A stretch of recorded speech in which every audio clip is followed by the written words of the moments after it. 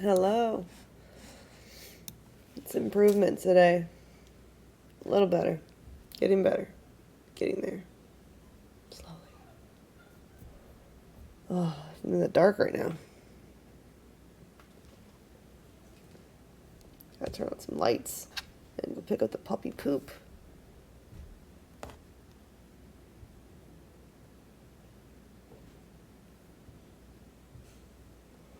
Oh, the puppy poop.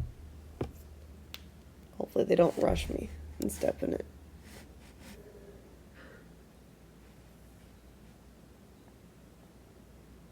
Mm-hmm. They probably will though.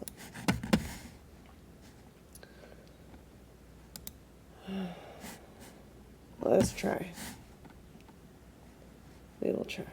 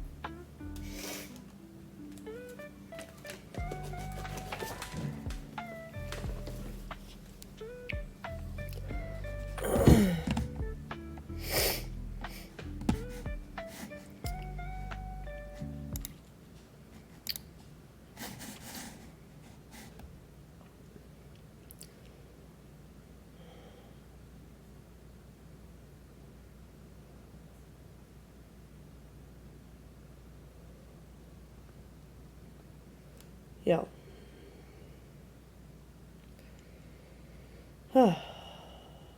Puppies. Okay. Today is another little photo shoot thingy. Let me see. Play some music. Oh, actually, we can finish watching the vivarium stuff while I do my makeup.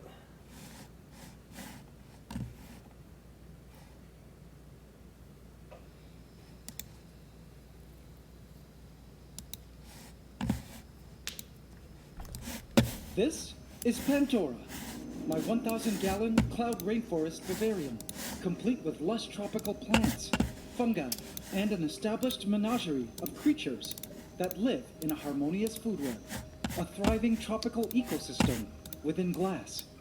But a major event is scheduled to take place in Pandora that is about to shake things up and change everything. Goddess Lady Deathstrike. The hour has arrived.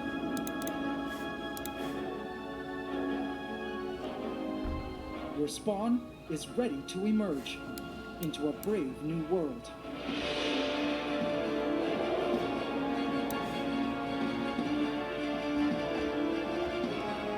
The age of Arachnida has finally come. Welcome, my 400 huntsmen of the apocalypse. Yeah, a little better today. Of Pandora.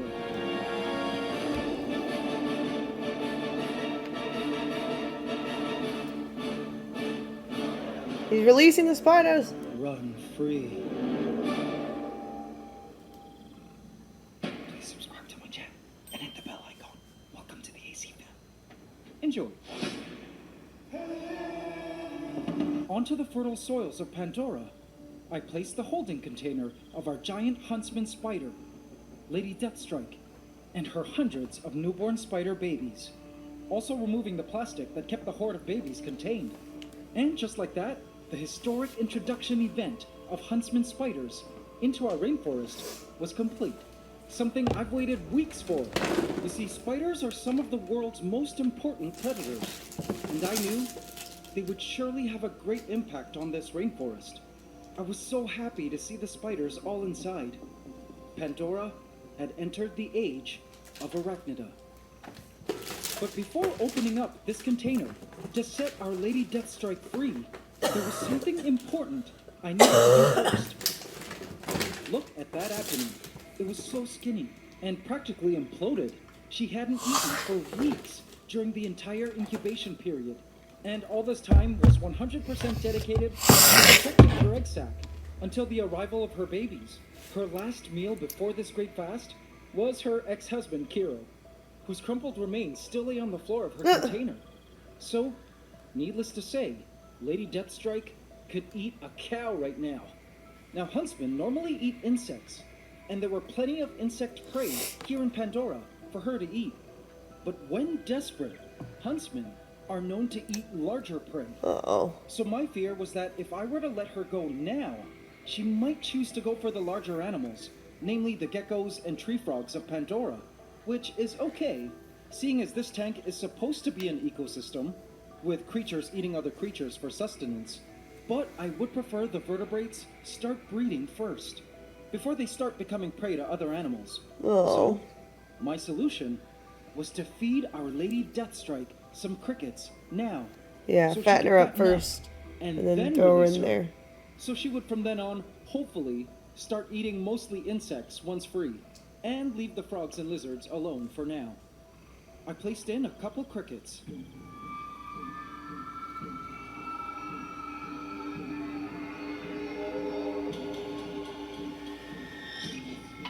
She's like, give me the fucking food. And with lightning speed, she instantly took a cricket. It struggled in horror and pain as Lady Deathstrike injected her venomous mix of paralyzing neurotoxin and digesting cytotoxins. This cricket was dying a very painful death as it flailed its legs in a hopeless attempt to escape.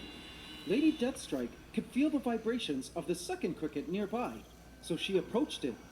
With the first cricket still She's in like, her I'm mouth, so hungry. the dying cricket could do nothing else but watch as its friend was next on the huntsman's menu. The cricket began to move, and Lady Deathstrike grabbed it with her legs and thrust it into her jaws for a lethal injection. 2 crickets were soon going to be in our Lady Deathstrike's Queen of multitasking. belly. This was the way of the huntsman. Skilled predators with voracious appetites, especially after giving birth to hundreds of babies who were watching their mom now through the glass and learning through her example about this vital skill of catching prey. The babies were all over the outside of the container, taking in the world around them. Some had crawled onto the glass of the vivarium. Others had already begun to disperse and explore the lands. And soon Lady Deathstrike, too, would be able to join them in this vast and lush rainforest. But little did I know, things wouldn't exactly go as Oh planned. no, what didn't go as planned? It never does.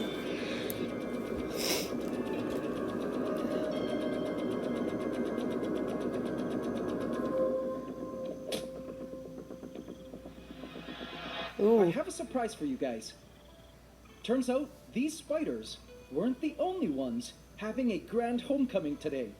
AC family, this would not be the age of Arachnida without another player I've been waiting to add to our rainforest. Yay! Fellow tarantula lovers, this I is love for the you. tarantulas. I Within like to a watch folding them. container They're lay cool. another spider I caught from the forest in my yard. This is a tarantula, native to my area, and boy was she stunning. She was only about an inch long, but if she's the species I suspect, she'll only I grow would another inch. not know what to do if I saw that in my She's yard. a dwarf tarantula species, perfect Like- for Pandora. I released her into Pandora, and she instantly dashed to the opposite end of the tank. She stood still for a bit, which allowed me to take a good look at her. How do you know which it's I a tried to girl? appreciate as much as I could in the moment, because as a longtime tarantula keeper, I knew full well guess he that there knows. was a good chance we might never get to see her again like this, as she would be proceeding now to create a burrow into the ground, somewhere discreet, and only partially emerge at night to snatch prey coming close. Then, before I knew it, she headed straight for a clump of ferns on the eastern end of Pandora and climbed deep into the foliage. I hoped she would enjoy living here, eating all the insects she could catch.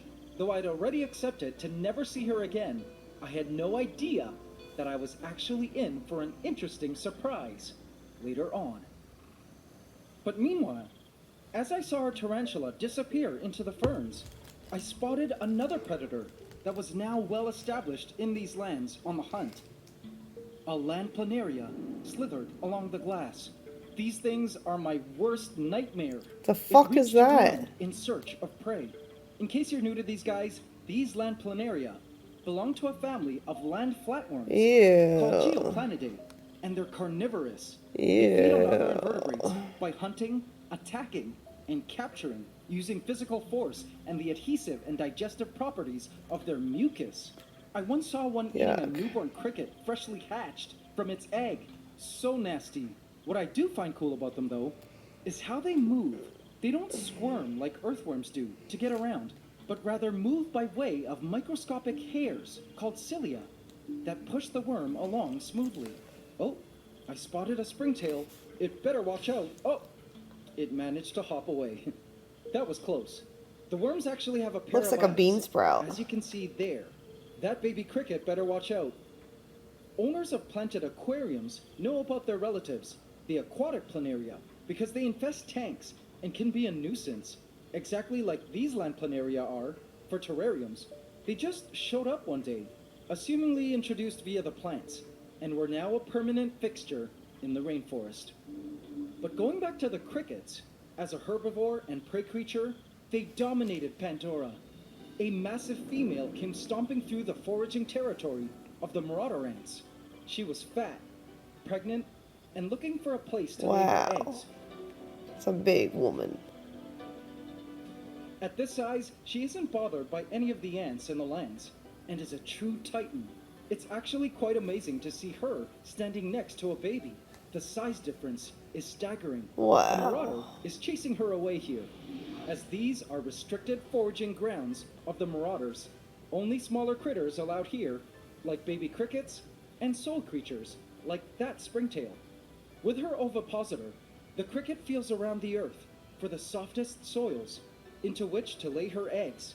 Newborn crickets, as seen with these white little guys, were still being born every day, at every hour. The cricket population was well on their way to being established. Wow. But then I saw a baby cricket running through a grouping of ants. Black crazy ants, along with a queen, were seen perusing the rocks. Look at them, searching for their next temporary encampment site. These black crazy ants were the dark horde, an invasive and dangerous species for the ecosystem. They were also accidentally introduced to the vivarium by way of the plants, and I recently managed to get rid of a great deal of them. But turns out, they were well on their way to reclaiming their dominion, because what I spotted next brought a sickening feeling in the pit of my stomach. The drama. My eyes widened when I spotted their main encampment. The Dark Horde had stationed themselves right in one of the pitcher plants. These pitcher plants were actually planted in attempts to control the black crazy ant population. And though they did a fairly good job at doing so, I feared the ants had turned the tides. You see, these plants are killed by nutrients in their soils, as they've adapted to survive in nutrient-poor growing media in the wild. With the Dark Horde here, the ants were certainly pooping somewhere in the soils, and thereby killing the plant. I really hoped our pitcher plant would be able to survive them being around for a bit. And look, I even see queens in there.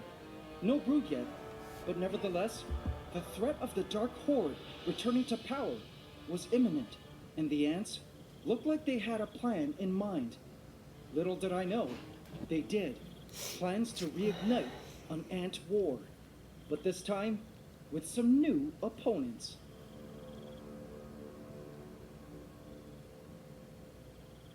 The babies began to move, little by little at first, but more and more the spiders grew in angst to begin exploring the world around them and practice moving around with their new, inexperienced legs. They were also beginning to discover just how fast their legs could actually move and take them.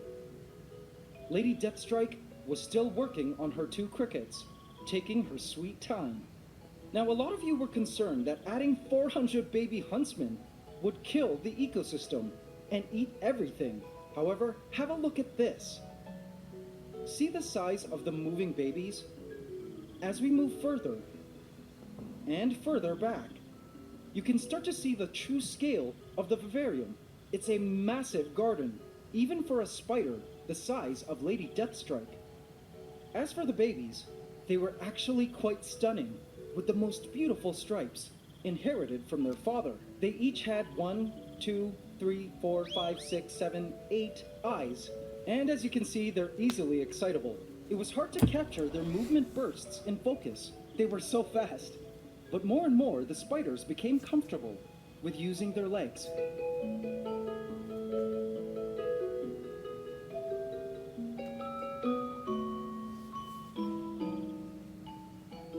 For now, most of them preferred being close to mom, but eventually, their instincts would kick in, and each of these spiders would wander off into the rainforest, with hunger being their greatest motivation. I spotted some spiderlings sprinting through the moss, and lo and behold, a spider had already captured its first meal, a baby cricket. How amazing! Pandora was a literal buffet for the spiders, with a ton of these baby crickets everywhere. I watched as more and more spiderlings began to wander off into the wilderness. I couldn't imagine what it must be like for these new spiderlings. So tiny, and everything around them so huge. I mean, look at those water droplets on the moss. They look like massive glass boulders next to the spiderlings. This I is spotted another baby. spiderling They're so that had captured a translucent and cricket. cute. Great work, spider. Guess they call them huntsmen for a reason. As it ran off with its prey, my eyes suddenly spotted a tiny ant. What is that? It was so small, and a species I didn't recognize. Don't worry, guys. It's too small to be a fire ant, I think. Anyone know the species? Don't tell me the...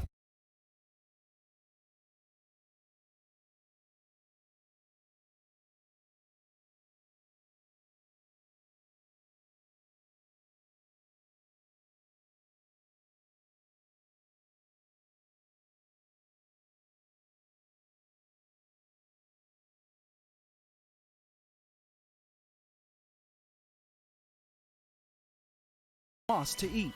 It was lucky to escape death.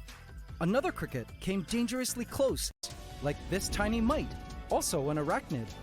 A cricket approached a spider, and I watched as it passed it, not knowing of the spider's presence. It was searching for moss to eat. It was lucky to escape death. Another cricket came dangerously close to spiders at the container, but it too luckily slipped away, unharmed. And then there was this cricket, also looking for a desirable clump of moss to munch on, but slowly made its way towards a spider waiting in ambush. Bang! In an instant, the spider had lunged, but the cricket was fast and got away. That was crazy! Catching these very athletic baby crickets would take some serious skill and practice. It was a balance between knowing when to keep still and knowing when to pounce. I knew the spiders had the instincts within them to eventually become skilled at hunting and living up to their name. Some had already captured their first meal, having successfully passed their first test to surviving the Pandoran wilderness. They would also need to learn how to avoid becoming prey themselves, as there were plenty of predators that could eat them, including the land planaria, which could now smell them all around. To be completely truthful, the majority of these spiderlings would not make it to adulthood. How many of them would was something only time would tell. Meanwhile, they had plenty of food to fuel their growth into adulthood and become one of Pandora's most fearsome predators in the food chain. As for Lady Deathstrike, I expected to release her when she was completely done eating the next day. But little did I know, my ultimate plans for her release would not quite go as expected. Speaking of fearsome predators, another top predator of Pandora caught my eye. There, in the plants. If you weren't looking carefully, you'd miss her. It was our Green Reaper, Pandora's resident praying mantis, with her beautiful new wings. She was huge, and for sure hungry now. You've changed a lot. Not really. I'm just sick as I watched in her the dark swing back and got no forth makeup on. as she strutted forward in the most mantis-like way.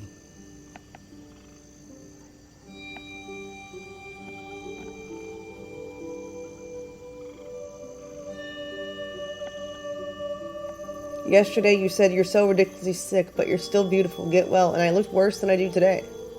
So maybe you're just stupid? I don't know. Probably. And then to my surprise, leap. Wow, I had no idea mantises could leap like that. She landed onto a piece of driftwood, and when she was ready, she began to proceed upwards. I then noticed she was climbing into a danger zone.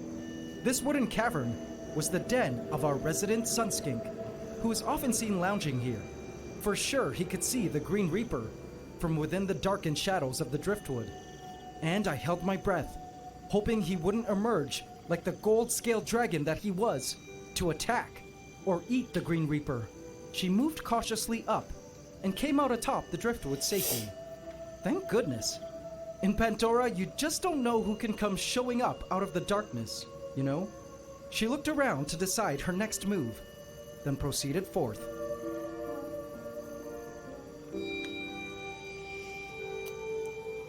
I tried my best to really enjoy seeing our Green Reaper living her life out in the rainforest, because sadly, she wasn't scheduled to live very much longer. You see, she recently molted into her final form with wings, which means she didn't have very much time left. In nature, her mission now was to find a mate within the next few weeks, so she could pass her genes on to the next generation of mantises. I've always been sad at how short the lives of mantises were, but so is the sad reality of praying mantis life. Let's hope we find a male for her before she ultimately reaches the end of her life journey.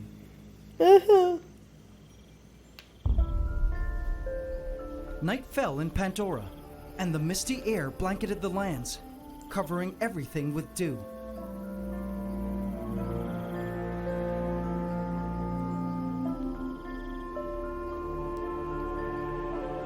The marauder ants were out and busy foraging for food, mostly sprouting seeds. I'm really proud of this ant colony for surviving all this time against 2 invasive ant colonies in their lifetime here, namely against fire ants and the black crazy ants. In our last episode, I asked you guys to suggest names for this marauder ant colony, and one of you suggested we call them the Terra Raiders. And I like that. Happy to see the Terra Raiders doing so well in our rainforest.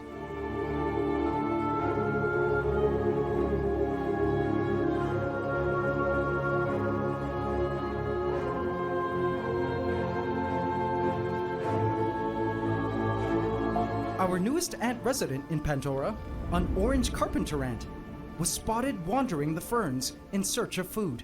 These carpenter ants are a largely nocturnal species, and I couldn't wait for their colony to be huge. And then there were the acrobat ants. These rather chaotic ants were quite funny. They were introduced to the vivarium by way of the vines, and now were everywhere in constant threat pose, with their gasters held high above their heads, ready to spray formic acid at any moment. They were very small ants, but full of bravado and confidence as they inspected every crevice and corner, even attacking random imagined threats in darkened corners. I'm not sure what their purpose is, being so war-happy, but I guess there's always that one group of rowdy kids in the class, shaking things up, right? I watched as acrobat ants slung formic acid gang signs to intimidate a gecko and a roach, minding their own business and hanging out on the tree stump. The gecko was unfazed, but the roach got annoyed and moved on. It was then that I noticed something totally amazing with the gecko. Do you guys see it too?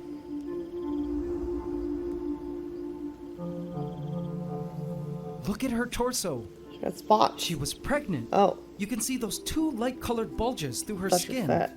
Those are eggs, and she'll be laying them very soon, Ooh, somewhere in the rainforest. Baby geckos. I couldn't wait to finally see baby geckos running around.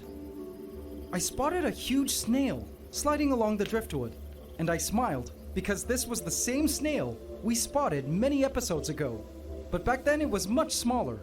Upon further research, this snail is a well-known invasive known as the horntail snail that has conquered many tropical forests of the world. Another Wow. resident we haven't seen since part 6 was What the do they huge eat? Madagascar Plants? hissing These cockroach plants. I found chilling behind the moss wall. Happy to see it's still alive and well. I spotted a millipede in the Talangia, some tree frogs, and up high in the canopy, our green reaper feeding on a huge dubia roach. Ew. I was happy to see her enjoying her first meal as a full adult, and also happy to know that there was finally a predator large enough to prey on the huge adult roaches. Soon Lady Deathstrike would also help control the large roach populations. She had finished her cricket meal and was now cleaning her fangs. Ooh. It had rained just before nightfall, which caused the spiders to further disperse from their birth chamber. I spotted spiders on the glass and could tell which spiders had passed their first test and managed to score their first meal. Oh, that's cool. Those spiders that had eaten had darkened abdomens full of food. That's pretty cool. Look at how full this spider was, and you could actually even see its heart beating. Some were busy consuming meals they had just caught. Pretty sick.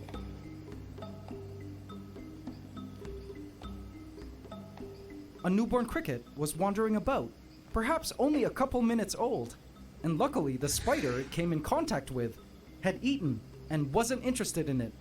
It was then that I noticed webbing. Under the ferns, an underground that's tunnel cool. had been excavated at the place our new tarantula was last spotted. How awesome! She's been busy. Happy to know that there was a chance we might see her after all. Her tunnel actually had a second entrance here, and her burrow was a U-shape. That's cool. Adding all the arachnids was so far going smoothly, and that made me quite happy. I couldn't wait to release Lady Deathstrike to join her babies in the rainforest the next day. But before heading to bed, a commotion caught my eye over at the tree stump. The black crazy ants were on the move and up to something. Ooh, up to I people spotted might a think, dwarf yeah. ant Up moving to along the something. stump, but it was moving faster than usual. 10 Something was going points on here. to And Slytherin. as I looked closer, I discovered what was happening.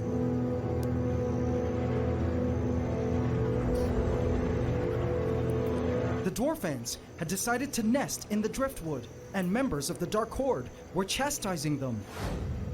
I watched as a dwarf ant lunged at the black crazy ants, who had no qualms with getting up in its face. "Back off," the dwarf ant threatened. The black crazy ants didn't budge.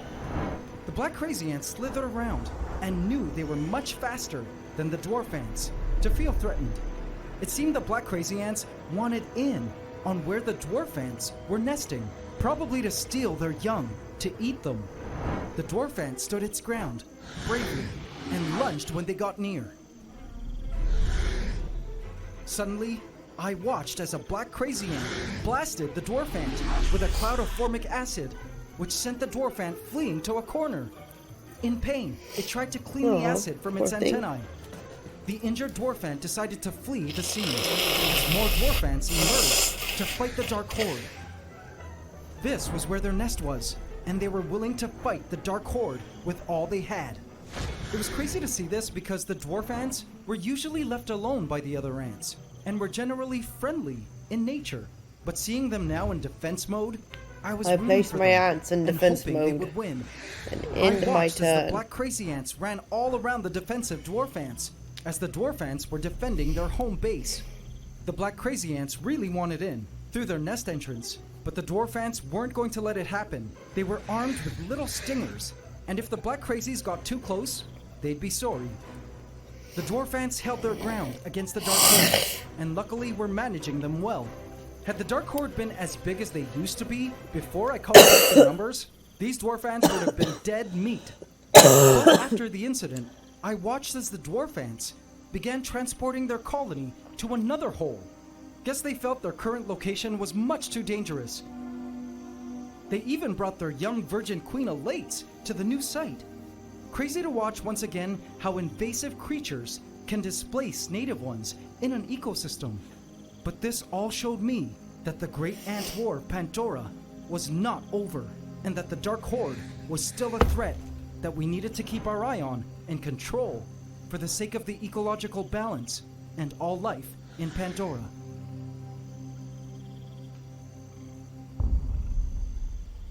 By morning, the sun came streaming in to bathe the forest with a warm golden light. As I watched the lights dancing upon the plants, I pondered about how our rainforest project was going. Were we achieving the insight we were hoping for? Was I doing a satisfactory job at caring for this Pandora's box of life? It's truly been an eye-opener being the creator of worlds and steward of this rainforest within glass.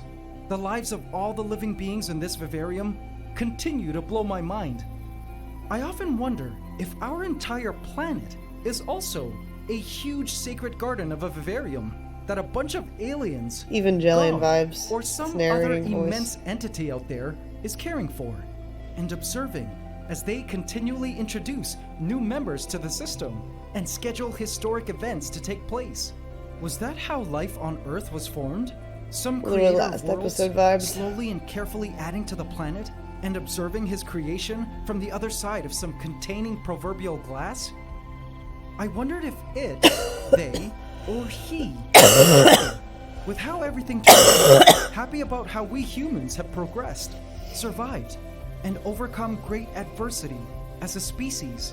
If this was the case, and all of Earth was like one massive version of Pandora, I'd like to imagine that Earth's creator was proud, just as much as I was, of Pandora and how far it had come. I was excited to see how far our vivarium creation would continue to grow in complexity and splendor over time.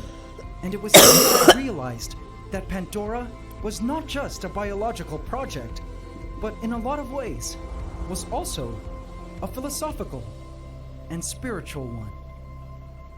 But enough talk. It was time to unleash the beast. Lady Deathstrike was now ready to be set free into Pandora, where she could feed on large crickets, large roaches, and other creatures. I moved in to open the container to our giant huntsman goddess. Lady Deathstrike, welcome to Pandora. What? I received a message on my mobile. From Exotic Slayer. Hey yo, Ants Canada, it's Exotic's Lair. Remember me? Well, if you don't, then I'm the one that snuck into your ant room about a year ago. Not something to be proud of, to be remembered for. Sorry about that. But anyways, I hear you're looking for a male praying mantis. Man, you won't believe this, but I actually have a friend named JP who actually lives around your area. And he just said he found a male praying mantis. What a coincidence. And he also said that he doesn't know what to do with it. So, ding ding ding, I will get him to send a praying mantis to you right now. Peace, man. Whoa. Okay. Change of plan. We had some important order of business to tend to, AC family. Hang tight, my Lady Deathstrike. You'll be set free here soon. My. Well, what have we here? Why, hello, my Grey Reaper. So nice to see you. I've been waiting for your arrival for a very long time.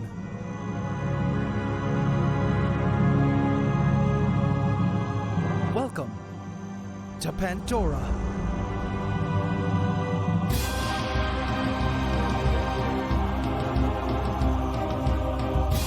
I have someone special I'd love to introduce you to. Meet your ultimate fate, I'm gonna do an interview on the mute. Green Reaper.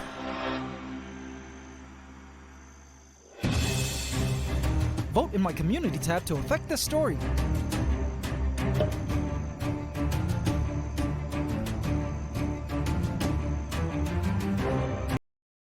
This is Pandora, my 1,000-gallon cloud rainforest vivarium, complete with a menagerie of animals and beasts, great and small, exotic, beautiful, and some menacing, that all coexist in an ecosystem within glass.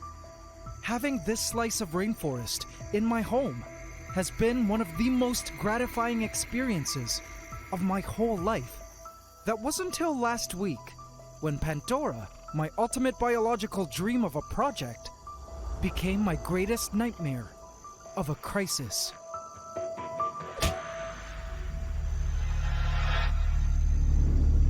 I had an adult huntsman spider named Lady Deathstrike that I promised I'd be releasing into Pandora.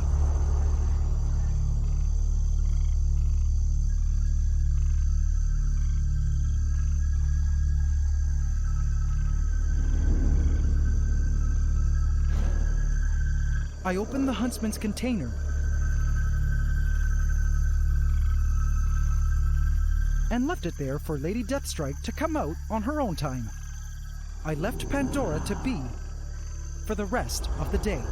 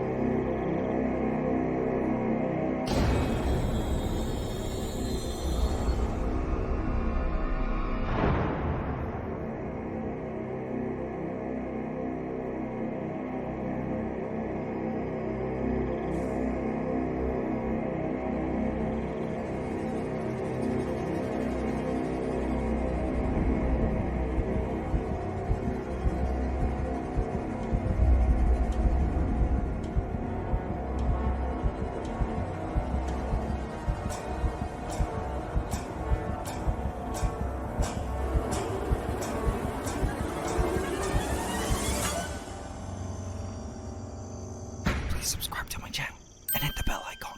Welcome to the AC family. Enjoy.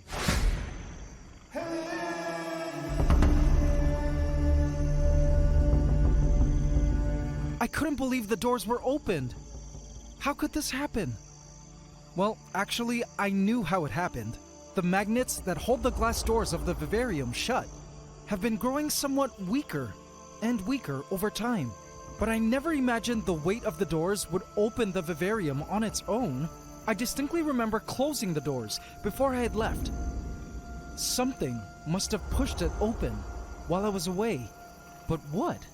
I also wondered how long the doors had been opened. It could have been as long as 10 hours since I was last at the tank. So the big questions were, what animals had escaped? And if so, where in my house were they?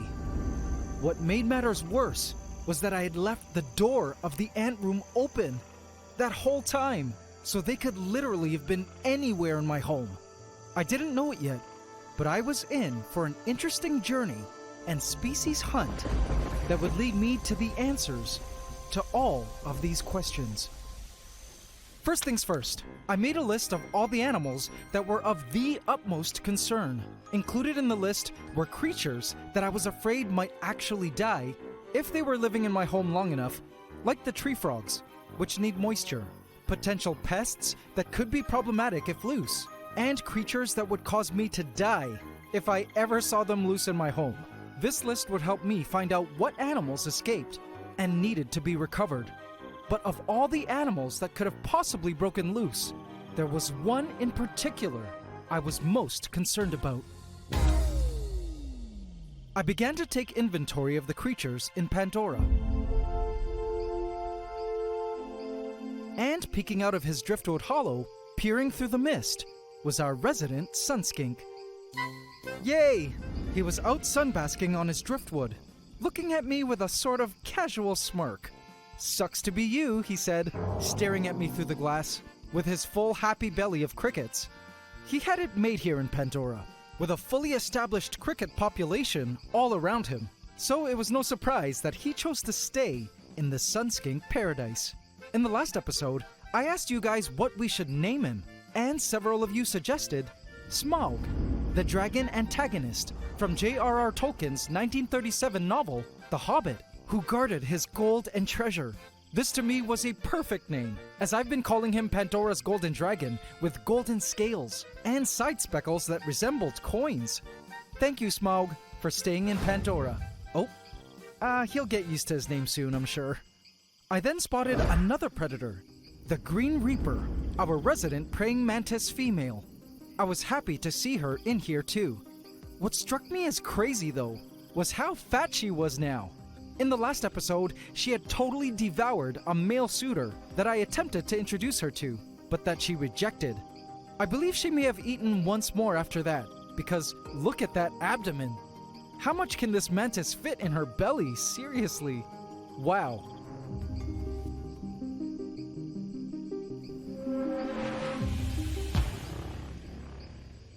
A movement in the stump caught my eye.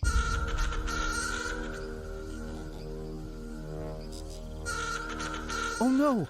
The Dark Horde, the invasive black crazy ants, were on the move from one opening in the stump to another. These pesky invasives have been so problematic, and just a few weeks ago, I thought I had nearly eradicated them. But look at what I discovered. Brood! The queens have begun the regeneration process of their future army. More workers were on the way. Well, that didn't take very long. I was actually half hoping these ants moved out of Pandora when they had the chance, so I could just vacuum them up in my home somewhere. But I guess they weren't that dumb to make such a move.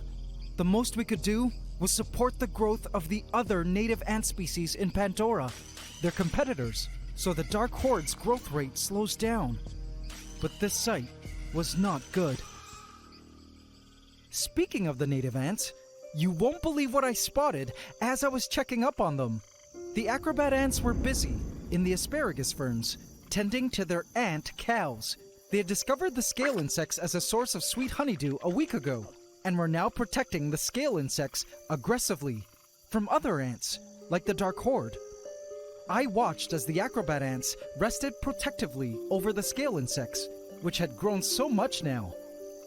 Every now and then, the ants would cooperatively stroke the scale insect in hopes to get it to produce honeydew for them to eat. But it looked like this particular scale insect had been stroked dry. It needed more time to produce honeydew, but the acrobat ants were willing to wait. The Terra Raiders, our resident marauder ants, had just taken a bunch of male mantis body parts home to their nest earlier that day, so I was pretty sure they hadn't left during the open door crisis. I spotted a super major patrolling the moss, and that was when I spotted these. There, look. Some mysterious orangey reddish ants were seen all over the moss floor. I had spotted them in a previous episode, but now their numbers were large enough for me to really notice them. What on earth were they? They kind of looked like fire ants, but a lot smaller. Strange that they suddenly began to appear out of nowhere, but I suspect that their queen was introduced into Pandora through the soils of one of the plants, and took several weeks to finally produce workers, which were now appearing all over the place. And my, were they busy. Anyone want to take a stab at what species they are? For now, let's call them gnome ants. They seem to be amicably sharing foraging territory with our Terra Raiders, which was cool. Happy to discover that the list of native ant species in our rainforest was still growing. But that wasn't all. To my surprise, another new species had joined Pandora's growing list of wildlife. I was shocked to discover this animal. A tiny frog had appeared out of nowhere. What species was this? Was it a greenhouse frog? It must have been introduced from the plants long ago, but I hadn't discovered it all this time until now. It was literally so tiny, about 2 centimeters long. I imagined it had been feeding on the tiniest of creatures, like ants, baby crickets, and flies. Happy to see this little frog hopping around the forest floor. And amazing to me that we were still discovering new species within our rainforest, a full vertebrate at that. The forest floor seemed to be just teeming with life. Feeding from a large pile of tree frog poop was a group of mites.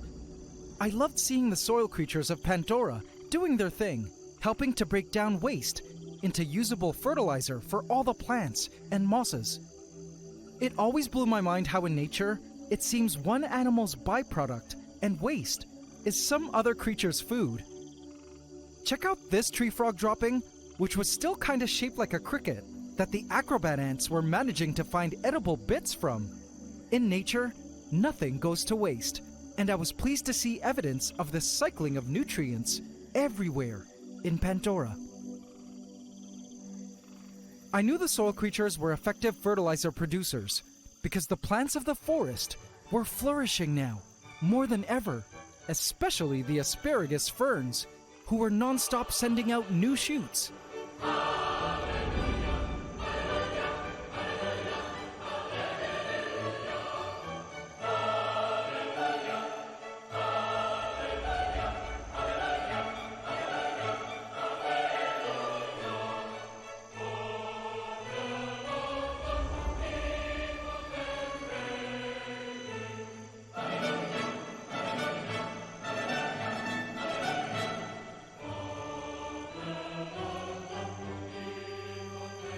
Asparagus ferns were blooming from shoots high up in the canopy now and pressing up against the front glass. These ferns were a vital source of food for the herbivores, like the grasshoppers, who have now reached full maturity. It was amazing to me that we watched these grasshoppers grow up in the rainforest from just tiny little nymphs.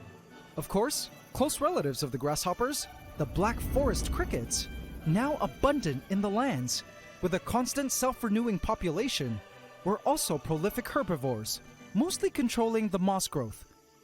The adult crickets were always either eating, courting, mating, or laying eggs.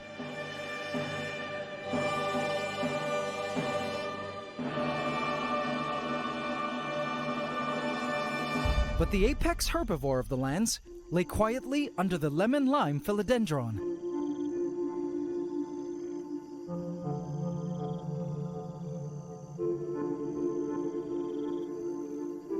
Stanley, our resident bush cricket, was asleep, waiting for nighttime, when he would emerge to begin his spree of plant destruction. No other herbivore in the lands has been as destructive to the plants and vines as he. He was pretty thorough at munching on the newest shoots of the asparagus ferns, destroying the vines, and munching on the newest vine leaves. I almost felt he would strategically leave certain leaves to grow, and then come back to them as soon as they were the perfect size. Now, as destructive as Stanley was for the plants, I knew that without him, the rainforest would have grown uncontrollably in vegetation. Speaking of the vines, it was time for me to do a tree frog count up in the canopy where the frogs slept. 1, 2, 3. One tree frog was missing. Kermit, where are you? Guess I'll have to wait for night for the official tree frog count. I continued to go through my list.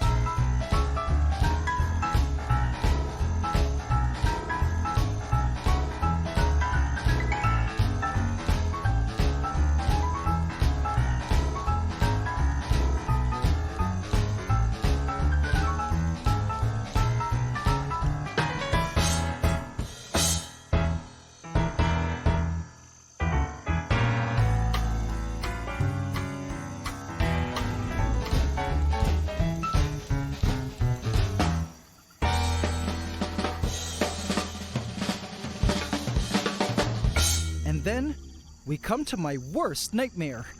The carnivorous worms. Ugh, there were so many of them now, and the thought of them breaking loose in my home made me twitch. These were the land planaria, also unintentionally introduced by way of the plants. These carnivorous worms eat small insects and are always on the hunt. Now, of course, these were the first creatures I begun to research after the open door crisis, but according to online sources, they only thrive in moist environments. And I suppose if they did get loose in my home, they would dry up and die. Time for me to invest in a dehumidifier as well. But seeing the planaria up on the dry tree stump made my skin crawl, imagining that it could be my bed. Scolicophobia is just so crippling. And then another discovery that almost left me convulsing. Look.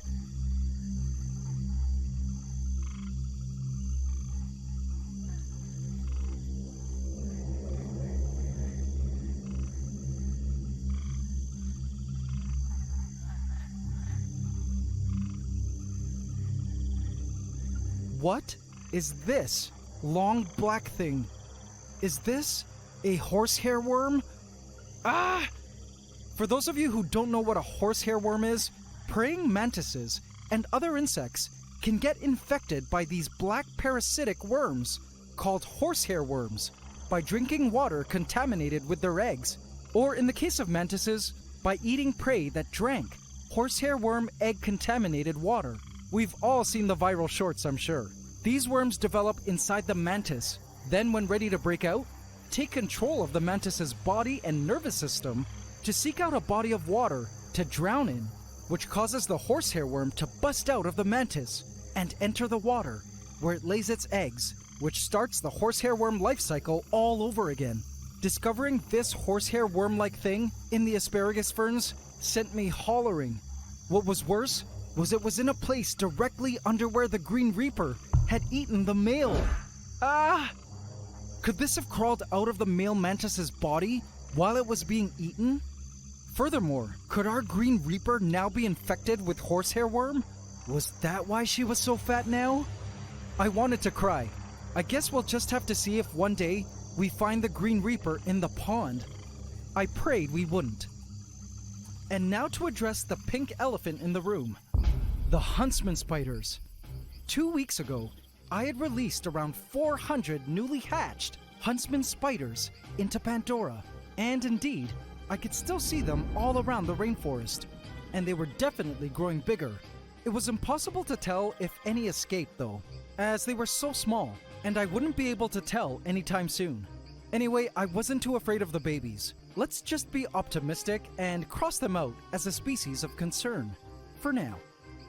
I was happy to eventually spot the juvenile huntsman spider I placed in at the start of this vivarium, quietly feasting on a cricket.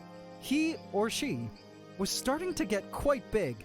It was over twice its original size now, and cool to know that it had managed to evade predation and hunt for itself all this time. But the biggest question was regarding the biggest spider of them all, Lady Deathstrike, who I released into Pandora in the last episode. Did she escape into my home? I couldn't find her anywhere in here, but I knew I would have to ultimately wait for nighttime to find out. Night fell in Pandora, and I continued my search for creatures. I spotted a tiny snail, more huntsmen out for the hunt, and tree frogs. 1, 2, 3 tree frogs, but still no Kermit. Now, in terms of the termites, I decided that it was safe to cross these out on my list, because after thinking about it for a while, I realized they only really emerge in the wee hours of the night, and also don't do well in dry environments. I also don't feel it was possible for them to move their fat queen up the glass and through the open doors. It was highly unlikely that the termites had escaped. In terms of all the cockroaches, also after further thought, none of the roaches in Pandora were pestiferous species, and would likely die of starvation or drying up if loose in my home. Let's just cross them out too. I counted the geckos. 1, 2, 3. Thankfully, all were inside, including the one which had been pregnant with eggs. Her body was smaller now, which meant she had finally laid them somewhere. Guess we can expect baby geckos soon. But no matter where I looked, I could only locate 3 tree frogs and no giant huntsman spider. Kermit and Lady Deathstrike were missing in action. This worried me greatly. I eventually decided to go to bed and start looking for them again by morning. Little did I know, I was in for some interesting surprises.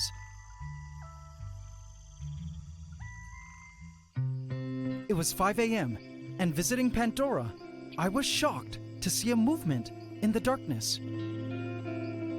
It was a frog, but my heart jumped into my throat when I realized the frog was on the outside of the glass.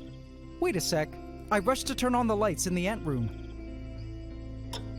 And lo and behold, it was Kermit trying to get back into the vivarium. Kermit, I've been looking everywhere for you. Hilarious to see him trying to get back in. I carefully collected him into a container.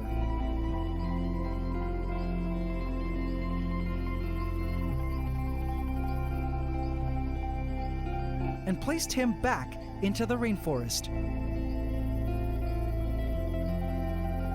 where he instantly hopped back in. Welcome back home, Kerms. Missed you. And thanks for coming back.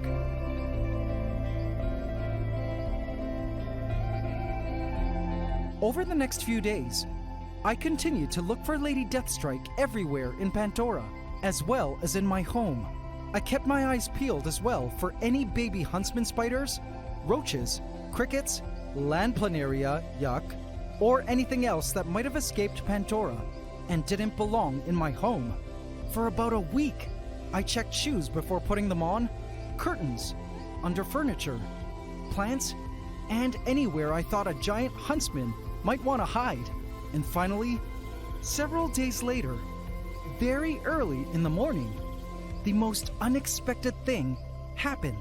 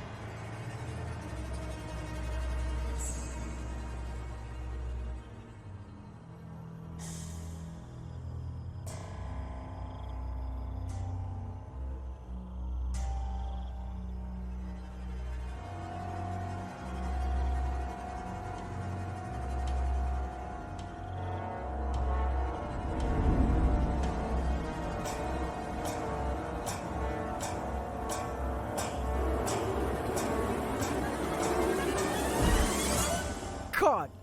All right! Lady Deathstrike secured. I was so happy to have her recovered. With the final Pandoran found, I was quite pleased to actually find out that we didn't have that many escapes. As far as I could tell for now anyway. It seems most of Pandora's creatures decided to remain inside the vivarium.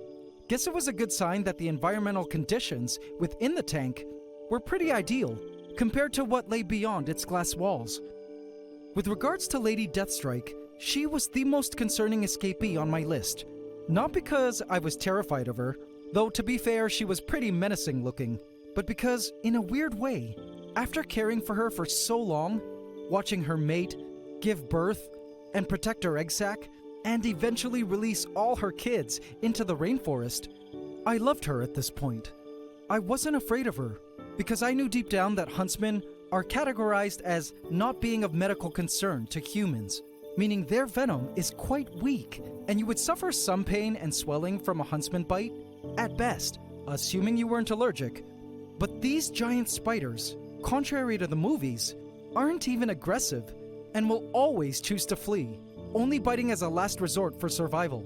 In fact, huntsmen like Lady Deathstrike here actually do live in human homes, including mine, which is why it was no surprise that she was happy to jump out and into my home when given the chance.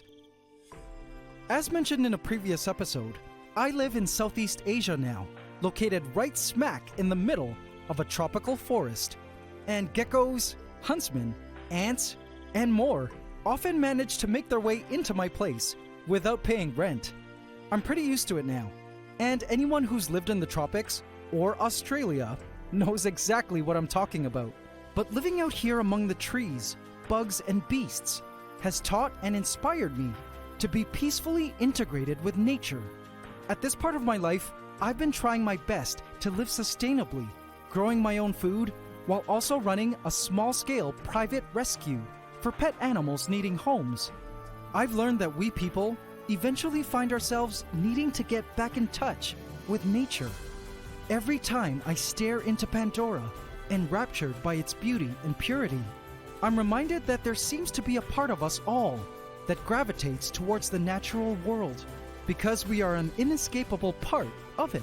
They say that humans colonizing Mars will happen within our lifetime. But me, if the doors to that opportunity were open to mankind, I've decided I would stay. Earth was made for us. We were made for Earth. We just need to each do our part with every mindful step to help return us back to a place in harmony with our provenance, learning from our mistakes along the way, to be the best guardians we can possibly be for every fellow life form that shares our grandiose house, the greatest vivarium of all, planet Earth. Because if there's one thing that Pandora has taught me, it's that no matter how far we wander off, there's still no place like home.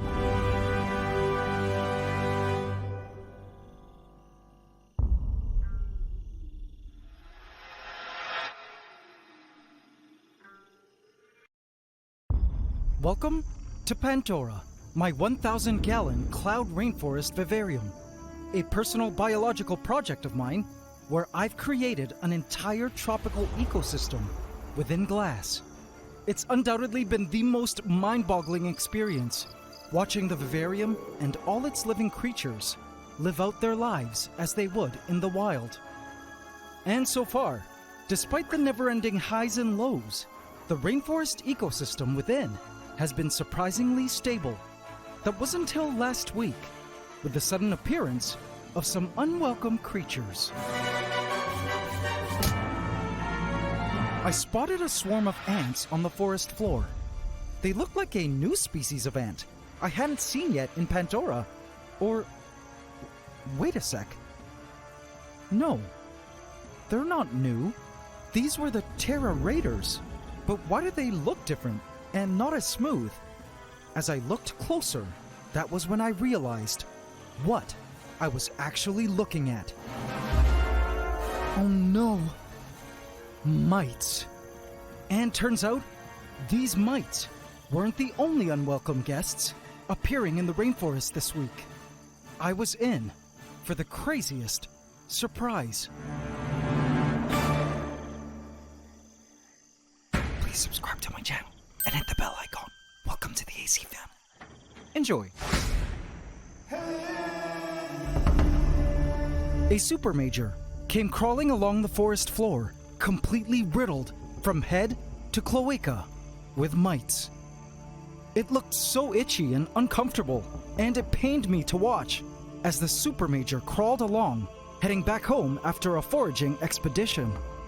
Now you must be wondering where on earth these body mites came from. Well, I've had experience with ant mites in the past, and there are a couple of possibilities that could have occurred, and I think both will surprise you. But aside from these parasites, there were other unexpected and unwelcome guests that appeared in the rainforest this week that sent me screaming like I had seen a ghost. But before I get into all of that, there were other parasites appearing more and more in the rainforest that were equally as concerning. An acrobat ant came strolling along the surface of a syngonium leaf, gaster held high above its head in perma-threat pose. Like brandishing a formic acid gun, it wasn't afraid to fire at any moment.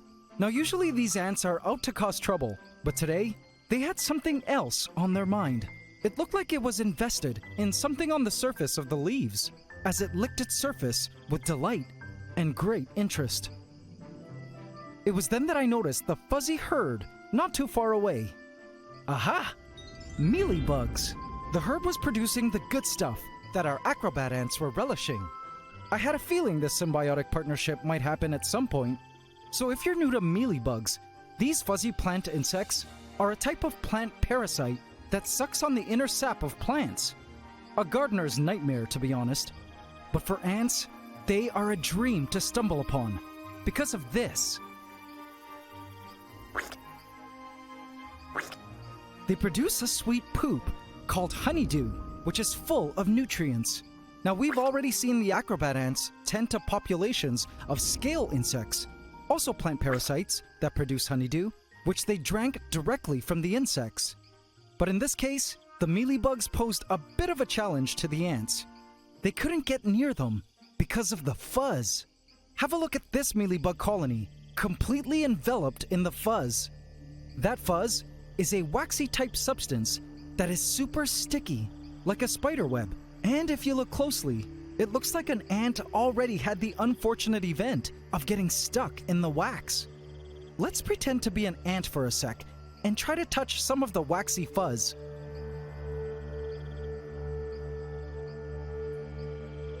As you can see, it sticks directly onto the ends of my tweezers, and overall is an effective deterrent to keep other animals away from them. Furthermore, the wax helps protect the babies, as seen as the tiniest yellow critters moving around in the waxy fuzz, until they develop enough of the protective hairs to allow them to leave their main fuzzy wax home to start other colonies of mealybugs in other areas of the plant or their environment. Here in Pandora, they just appeared one day, having been transported by way of some plants I had planted in the vivarium. And man, have these parasites just colonized the asparagus ferns, creating masses of mealybug waxy populations everywhere. I did try to release a ladybug into Pandora, which feeds on plant insects like mealybugs, but it was nowhere to be seen now. It must have been eaten by something and died. But knowing they were producing ant food for the acrobat ants was promising, and cool to see this new symbiotic partnership between the mealybugs and the acrobat ants.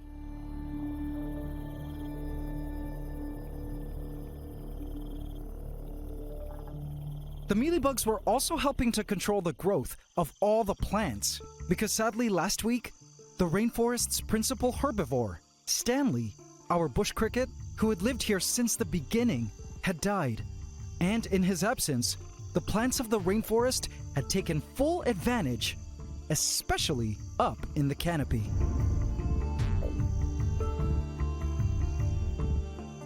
Our canopy at the top of our rainforest was now full of foliage, totally transforming the area.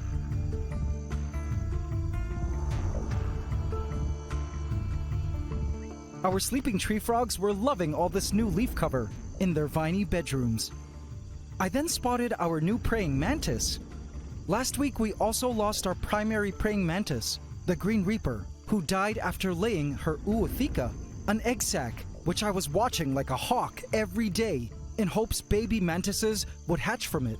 But this female mantis, who was happily feeding on a cricket, was the Green Reaper's heiress to the throne.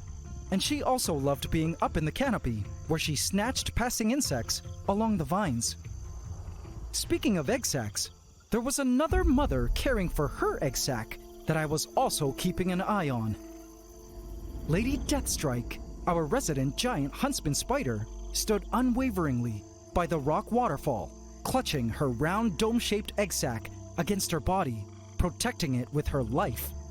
It had been 2 weeks now that she had laid this egg sac, and I was interested to see if babies would hatch from it, because as some of you may recall, Lady Deathstrike had already laid an egg sac from a single mating a few months back, and those babies were already released into Pandora. If babies emerge from this egg sac, it means this species is capable of saving sperm from a single mating to produce multiple egg sacs. Tarantula pregnant? Only time would tell if more huntsman babies were on the way. Oh no! And my intuition was that they were, seeing as Lady Deathstrike was still mothering her egg sac after 2 whole weeks. As for her first set of babies, they were all enjoying Pandora, growing up in their tropical paradise. It was hard So to judge cute. how many of the hundreds of huntsman youngins had survived, as they each had found their comfortable spot to hang and catch food. Plus, their cannibalist instincts had begun to set in. It looked like There this you go. huntsman baby was feeding on a smaller huntsman baby. The huntsman rule of the rainforest was the more you eat, the bigger you get, and the less likely you will be eaten, even by your own siblings. A lot of you were worried that 400 or so huntsman babies might cause the total collapse of the ecosystem. But I knew that nature produces hundreds of spiderlings for a reason. The great majority Surprise, it's don't those. make it to adulthood, and many fall Yeah, that's what I victim to thought. predators. Check out this spider that lost its legs, probably due to a predator trying to eat it. Most of them Better are to food. lose a few legs that can grow back after a few sheds than your life, right? I could see evidence of the spiders growing through leftover shed skin left all around. In a nearby fern, I spotted another piece of shed skin.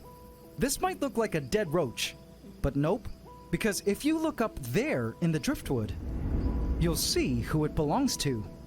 Oh. It's a dubia roach, still light-colored, as it hardened in its new skin. I Cool. always found this shedding process, known scientifically as ecdysis, amazing. I didn't know Consider roaches us shed humans their for a skin. moment.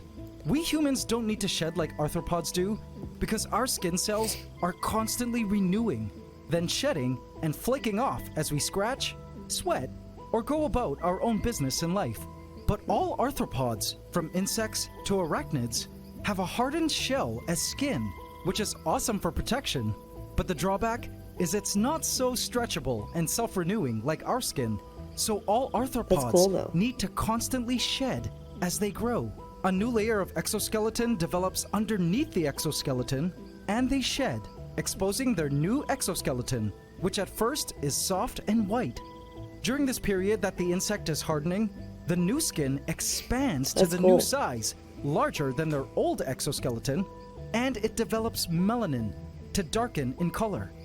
The development of melanin after each molt is actually why there are no albino insects, crustaceans, or arachnids. That's But sick. this hardening period, known scientifically as tanning, is a dangerous time for the insects, as they can't really fend for themselves during this period and can easily fall victim to predators.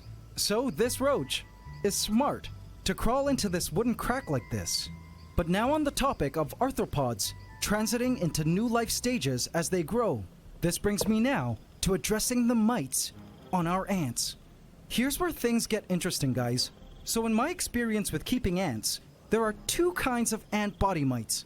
Well, actually three, Mites. but for our purposes, Crazy. these mites on the marauders are one of two of the following types. One, vampiric blood-sucking mites that eventually kill the ants, which I hope these mites aren't, because if they are, these ants will all be wiped out pretty quickly, maybe in a week. But these mites could also just be passengers. Yup, passengers, called phoretic mites, which are actually normal ground mites that feed on decaying material that have transformed into a sort of dormant life stage of mite that stick onto the bodies of insects when environmental conditions become unfavorable for the mites. Phoretic mites don't actually harm the host insects, they only hitch a ride. Good thing is, phoretic mites do transform back into ordinary mites once environmental conditions return to normal, thereby Interesting. detaching from the host insects. The aim of these kinds of mites is that the host insects transport them to new favorable areas where they can fall off and live. If these were phoretic mites, I suspect that the sudden warmer temperatures, due to the approach of the new warmer season where I live, caused the mites to become phoretic body mites, and we're just waiting for the weather to cool down again. It's a cool adaptation if you ask me. So Does the it big get cooler question in a was, tank, though? were these the bad blood-sucking mites, or were they simply phoretic mites? Well, AC family, I had a plan to find out, and I'll show you how. He's gonna capture one and deserve it. Get out of here, you! This is my stage! I'm sorry, my lady. where were we again? I'm not interested. Your black exoskeleton mirrors my heart's void. Without you, girl. Without you, that girl. doesn't even rhyme. What? I said get out of here. Go. Okay. Your fat legs make me want to. I actually liked him. Where'd he go? Yoo-hoo. The female had had enough and just wanted to relax, despite the male singing his not-so-flattering song to her. The male crickets have been non-stop wanting to breed, especially with the oncoming warmer temperatures. As a result, there were so many baby crickets wandering the lands now. But watch this baby cricket. It approached a clump of mealybugs, attracted to the smell of honeydew, and began to lick. Tasty. Now, do you see that light flickering in the back? That is the result of wind moving the blinds of my ant room. It started to grow windy in my area, and so I've begun to increase the frequency of the periodic winds that blow through Pandora to mirror that detail in weather.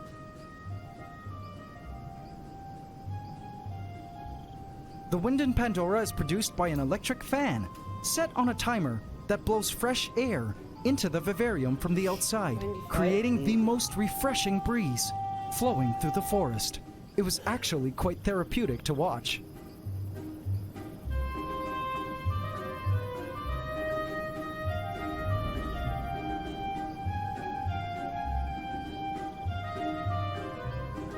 Even in the thickest of forests, there is movement of air, and many terrarium builders and keepers of animals forget to incorporate air movement and wind into their setups, which is important at moving oxygen around for the animals, carbon dioxide for the plants, keeping mold at bay, and relevant to our ant mite problem, lowering temperatures.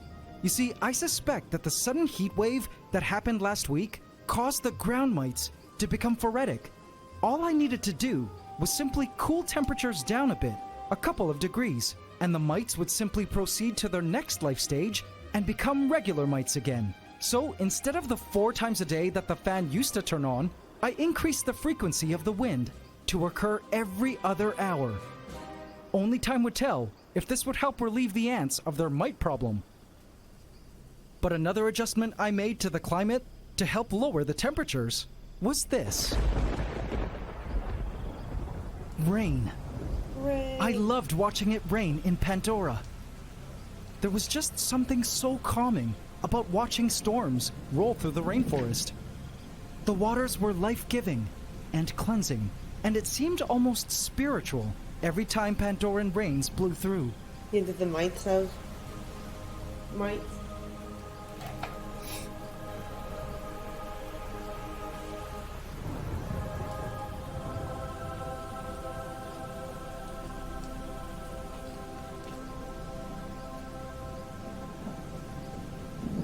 So to help further cool down the rainforest, I increased the length of time that it rained, as well as the frequency, just for this week, to see if it would help the mite problem. The rains ended, and as much as I enjoyed watching the rainforest during the storms, I also enjoyed watching life in the rainforest post-rains. A nomad took advantage of the loose soils and began nest construction, moving large pieces of dirt from below ground. I still don't know the exact species of these ants. Anyone care to take a stab? Millipedes, now the most abundant detritivore on the forest floor, emerged in droves due to the moisture. Have a look. That's cool.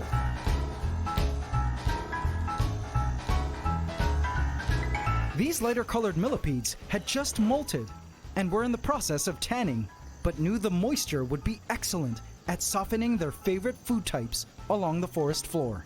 The rains had made these decaying vines soft and more chewable, as well as this piece of sunskink poop, which another millipede was going to town on. Yum. But as cute as the millipedes were, these creatures that gave me the shivers were also emerging in abundance after the rains. Land planaria, carnivorous flatworms, slithered through the moss in search of prey. These things gave me the heebie-jeebies, even more so than the normal earthworms, which also slinky around above ground every time it rained. Notice the difference in movement, though, between the earthworm and the land planaria. One stretches then contracts as it moves, and the other just kind of slides along like a slug. That's how I can tell the two apart. But to my surprise, the rains had caused a brand new creature I never imagined would be living in Pandora to reveal itself for the very first time. Who could It was be? crawling on the forest floor. Look! A centipede crawled around inspecting the darkened spaces of the leaf litter for prey. Ooh.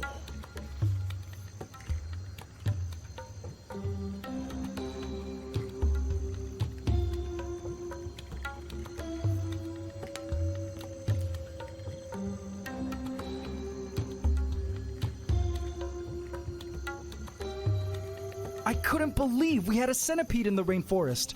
It must have been one of the many creatures introduced into the forest without me knowing, through the plants. And look, as it crawled under this So leaf, many insects it in looked these like plants. it ran into another centipede. See the legs? Centipedes are significant predators in ecosystems, and I was so happy to see them in Pandora. My question though was this a hatchling of a giant species of centipede, or was it full grown? My guess was the former, seeing as they suddenly only appeared now, as if a bunch of them just hatched from eggs in soil. Anyways, I couldn't wait to tell. And if it was one of those giant centipedes, you better believe I would not be setting my foot into the vivarium forever, as they are highly venomous as adults. Oof.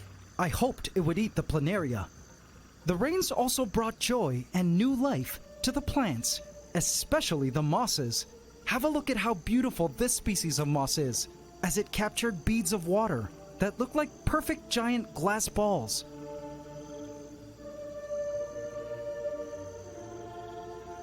The rains caused our mossy hill to also flourish That's and so cool. bloom.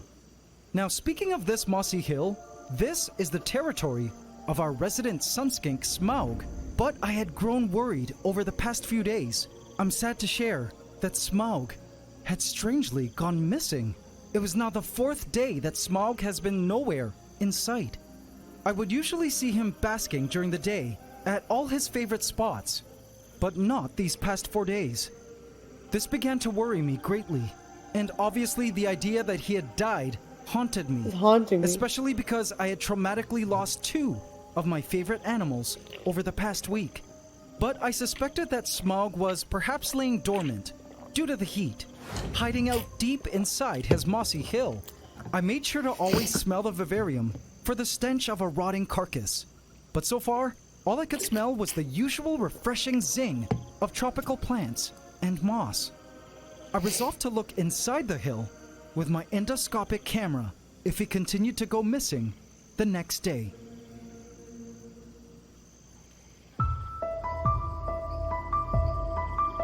The nightly mists blew through Pandora, hydrating the lands.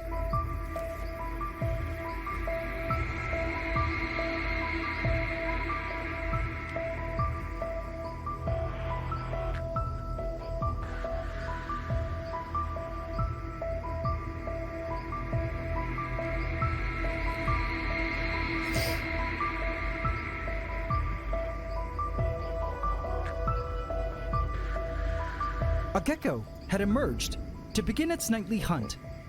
They were shy and elusive creatures. Our mantis was asleep up high in the canopy. Isopods had emerged to feed on decaying material all over the rainforest. The mite-infested supermajor was still wandering the forest floor. Up high in the canopy were the tree frogs, emerging to feed on insects. Here was Kermit, and up there was Miss Piggy. I loved seeing the frogs in their new lush canopy.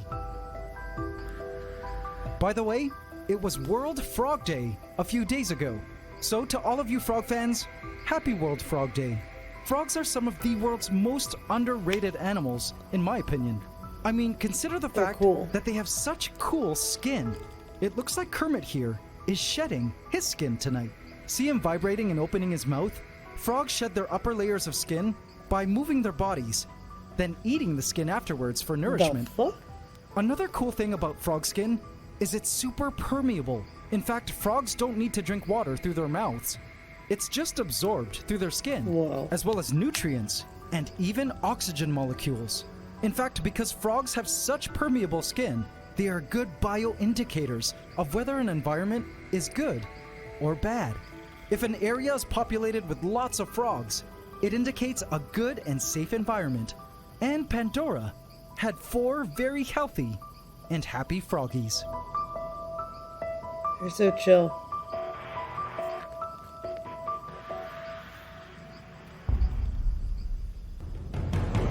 By morning, our sunskink Smaug was still nowhere to be seen, and so it was time to go in to the mossy hill with my endoscopic camera. It was time to find out if our golden dragon of a skink had died or was asleep in his darkened cave. I went in with the camera probe. All right, where are you, my dragon? All I could see was soil and darkness.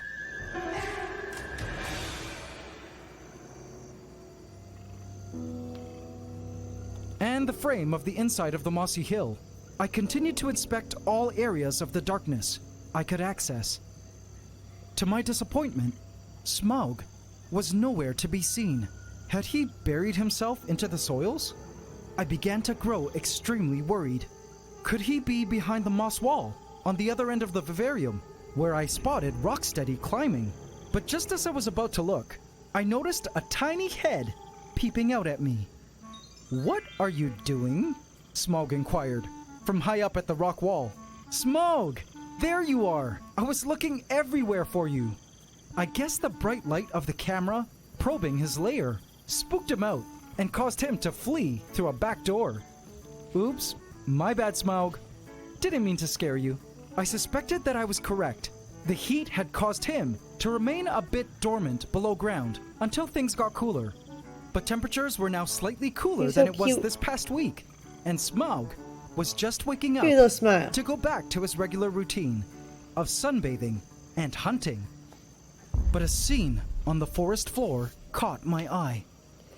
A dying cricket was being attacked by the super major we had been tracking all this time. But the sight broke my heart as I watched the ant clearly encumbered by the mites. These mites truly looked uncomfortable to deal with. I suspect that both phoretic mites and parasitic mites really prefer to attach onto ants, because once ants are adults, emerging from their pupal stage, they no longer shed their exoskeletons for the rest of their life, as they remain the same size until their death, which was good news for the mites. Normally this ant would be on its way back to the nest after finding this dying cricket to inform the colony of its new find, but instead I was so saddened to watch the ant simply lay there, motionless on the forest floor. Poor ant. But as it stood still, I noticed something. Do you guys see it too? Is it just me, or are there less mites than yesterday? Have a look at the super major yesterday. And have a look at it now. Yes, this could be a different super major, but regardless, based on past experience with phoretic mites, all ants of a single colony have generally the same degree of infestation, seeing as they all live in the same place underground, where the mites attach to them when they become phoretic. But do you guys notice that there are now less mites? If this was the case, then perhaps the mites were phoretic and were gradually proceeding to their next life stage to fall off the bodies of our Terra That's so Raiders. cool. I would be able to know for sure within a week's time. Alright, I If the got you, Terra Major. Raiders eventually disappear from the rainforest, I'll know that these mites are indeed blood-sucking ant mites. If the mites disappear from the ants' bodies, I'll know they were harmless phoretic mites. I'll be sure to keep my eye on the ants and let you all know. As concerning as all of this was, I knew inside, parasites had an important role in the ecosystem. I mean, they had to, right? I couldn't think of one off the top of my head, so I did some research. The formal definition of a parasite is an organism that lives in or on an organism of another species, its host, and benefits by deriving nutrients at the other's expense. And then, upon further thought, I realized that parasitism is an important process in the evolution of life over a very long time. And here's why. Consider yourself. We humans are the result of a number of parasites going back to when we were just unicellular life living in the ocean. It is believed that mitochondria, remember the powerhouse of the cell, actually began as a totally separate organism billions of years ago that were engulfed, i.e. eaten or taken in by larger cells. The ancient form of mitochondria then became a sort of parasite that benefited from the larger cell that it lived in, until one day they became one and the larger cell began to benefit from the mitochondria's presence. Every cell in your body today, and that of all living animals, is the result of a parasitism that actually worked out billions of years ago. Plus, you and I and all animals continue to harbor parasites, and sometimes those parasites end up doing good for you.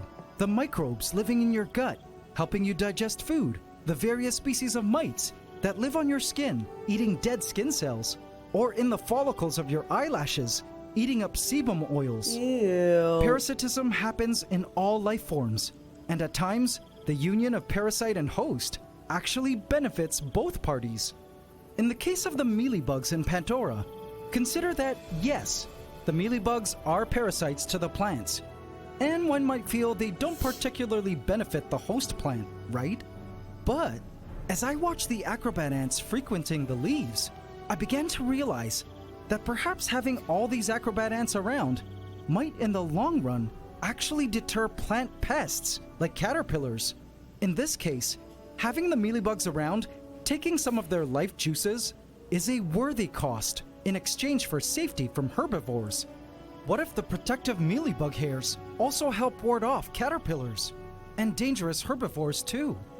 Understanding this partnership helped me realize the brilliance of Mother Nature and hence reconcile the existence of parasites in the natural world and in our rainforest of Pandora.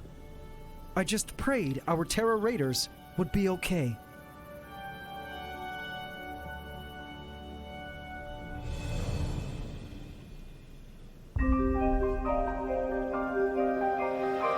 Despite the presence of parasites in the rainforest, one thing I was grateful for was the absence of invasives. I spotted a group of acrobat ants around a hole in the stump. Ah, it looks like the acrobat ants have set up a nest inside the hole. I was afraid the stump was being occupied by the invasive black crazy ants, named the Dark Horde, that were once a huge problem in the rainforest. Before we were able to cull their numbers down, I now only saw a few black crazy ant workers here and there. I knew the Dark Horde was nesting somewhere, working on bringing their numbers back up. Or maybe they were dying out now, being outcompeted by the acrobat ants. But for now, I was so relieved to see a Pandora devoid of invasives. Finally, no black crazy ants, no fire ant. Wait, what is that? It's a fire ant. A ghost ant!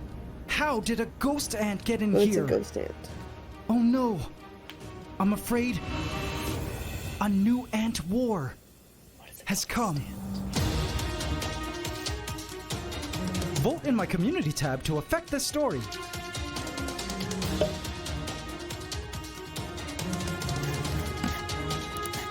He added that just for drama.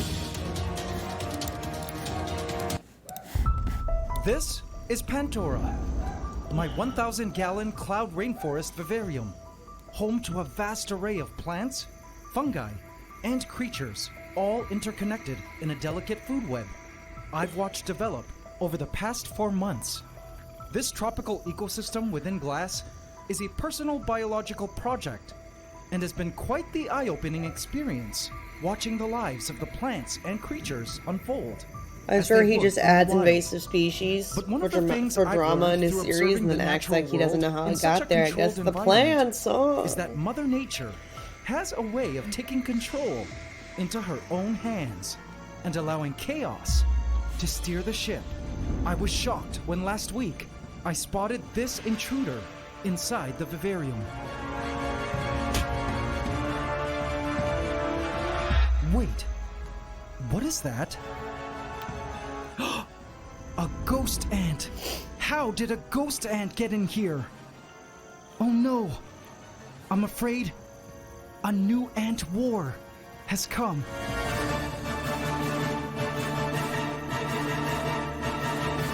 Welcome to the Ants Canada Ant Channel.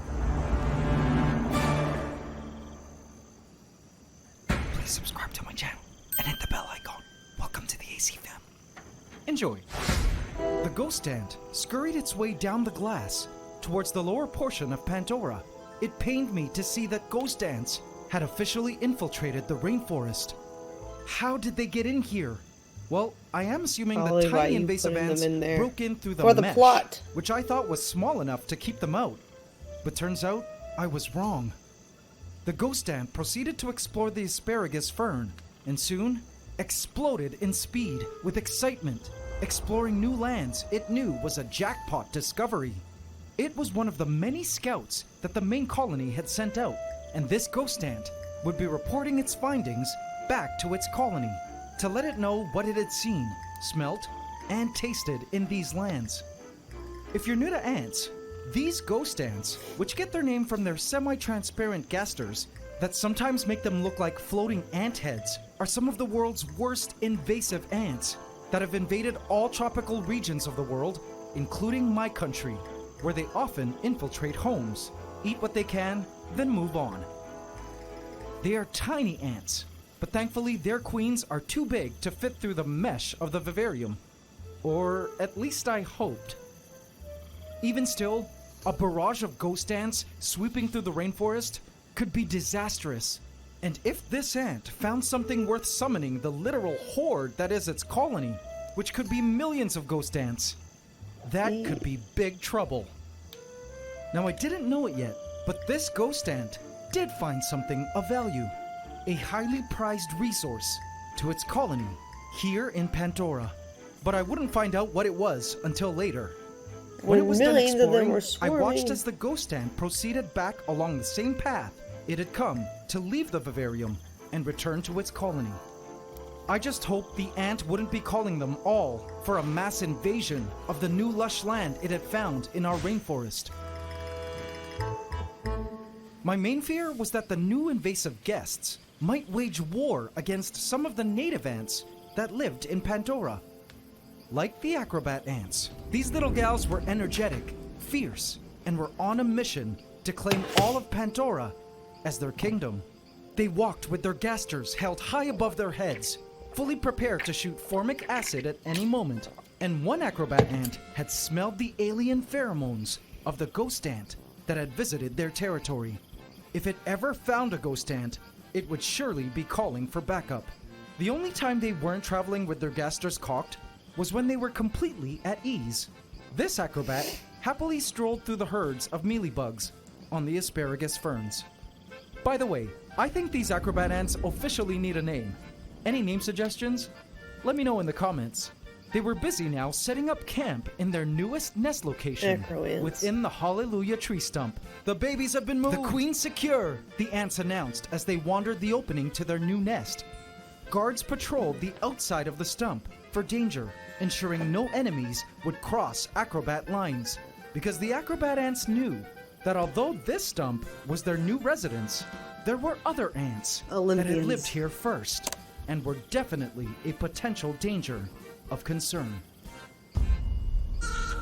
The Dark Horde, an invasive colony of black crazy ants, were on the move to another location within the stump.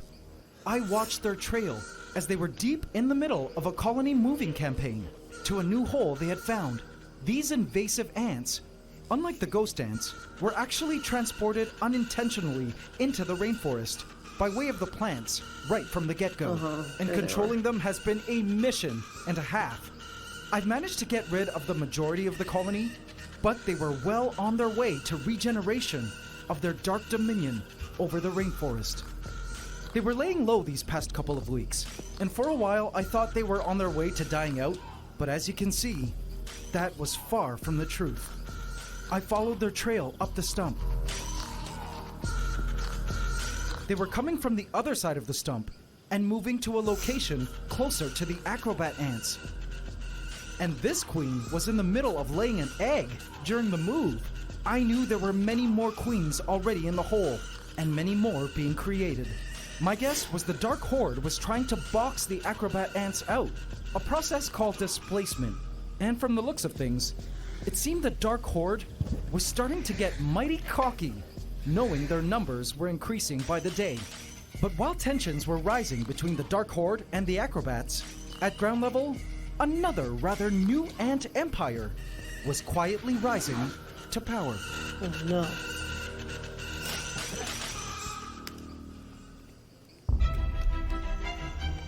Gnome ants, which I only started seeing in the forest just a few weeks ago, were now the primary dominating ants of the forest floor. They had seized a young huntsman spider and were taking their prized catch home to their nest. I loved watching them coordinate transporting such a massive kill.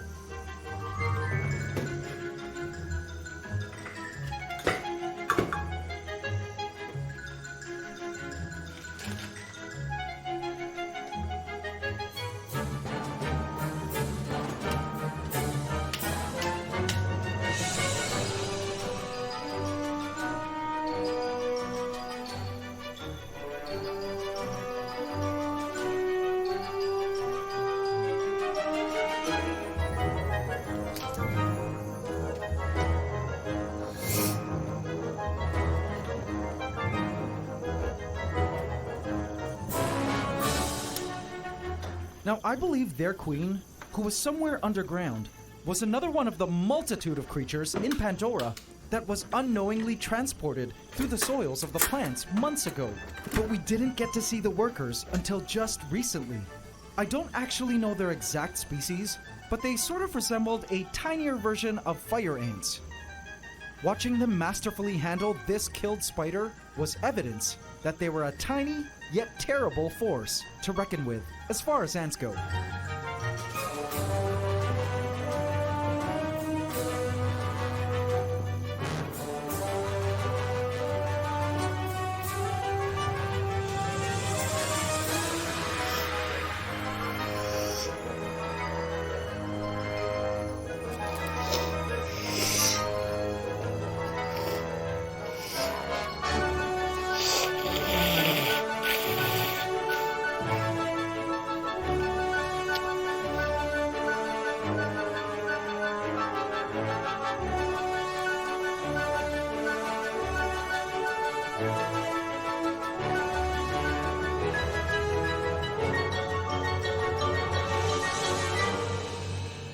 The gnome ants proceeded to lift the spider up along a stick and into a hidden location where they were nested. I was happy to see the ants had successfully taken down a huntsman spider, because the now weeks-old huntsman juveniles were everywhere. They were growing and were so much leggier now.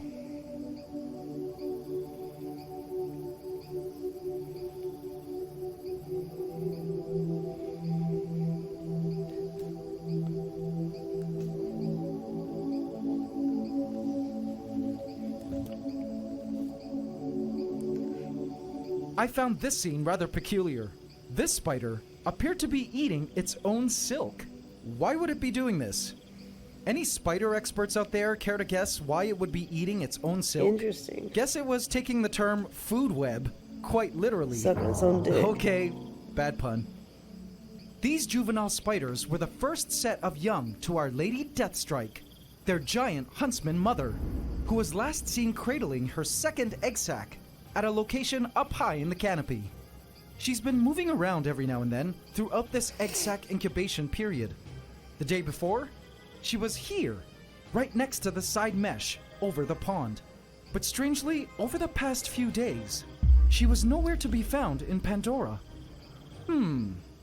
I wondered where she could be hiding, especially because if my calculations were correct, the egg sac was scheduled to hatch any day now, assuming it was fertilized.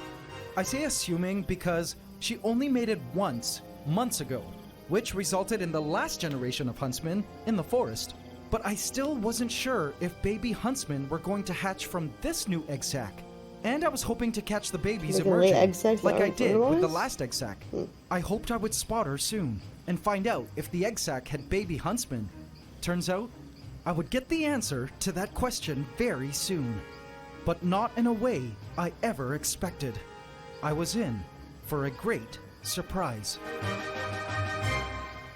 I shouted when I spotted an unassuming budding growth on one of the driftwood pieces. Yay!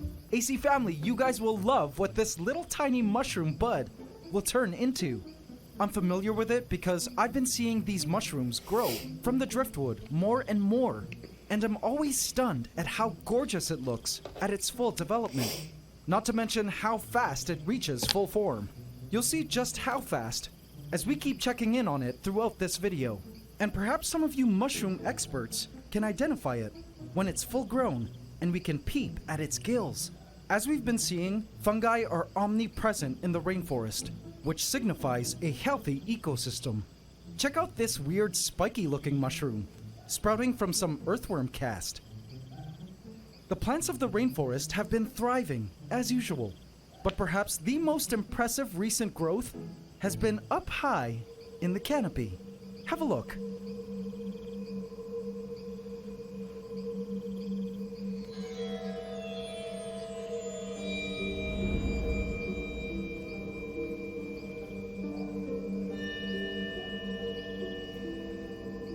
The recent death of Stanley, the bush cricket that used to ensure minimal new plant growth in the rainforest, gave the plants a complete unbridled freedom to grow and expand, especially up high in the canopy. Stanley. The upper portions of the rainforest now took on a new, true jungle vibe with all the new asparagus fern growth. It was so beautiful. Even the vines themselves were sending out new leaves and tendrils to greet the energizing sunlight. But my plant trance was suddenly interrupted by a movement in the asparagus ferns. The ghost ant was back, and this time, it brought a friend. 2 ghost ants were now inspecting the foliage of the asparagus ferns. Okay, sis, you ate for this place. Isn't it giving? Bet queen. It's giving high-key bougie Asian meets Gemini. They discussed, like the Gen Gs that they were. But do you really think the colony will love this place? Yes, and I'll show you why, sis. Turns out the ghost ants had finally found something truly valuable in Pandora, from which their colony would greatly benefit. Night always brings surprises in the rainforest, and this night had a special surprise for me to discover among the team of nighttime creatures. An unknown flying insect.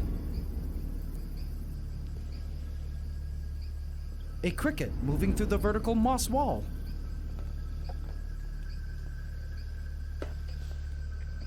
An acrobat ant wandering the plants, where it eventually found a mealybug to milk honeydew from. A young roach feeding on some rotting banana. The tree frogs, as always, were out hunting for prey.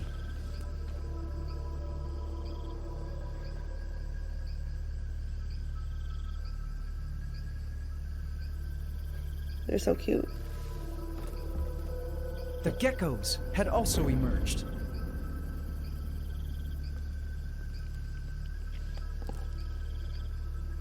Beneath the stump, I spotted Rocksteady, our resident rhino beetle, feeding on some rotten fruit.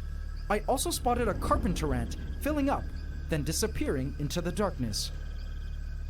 But what I spotted next was truly magical.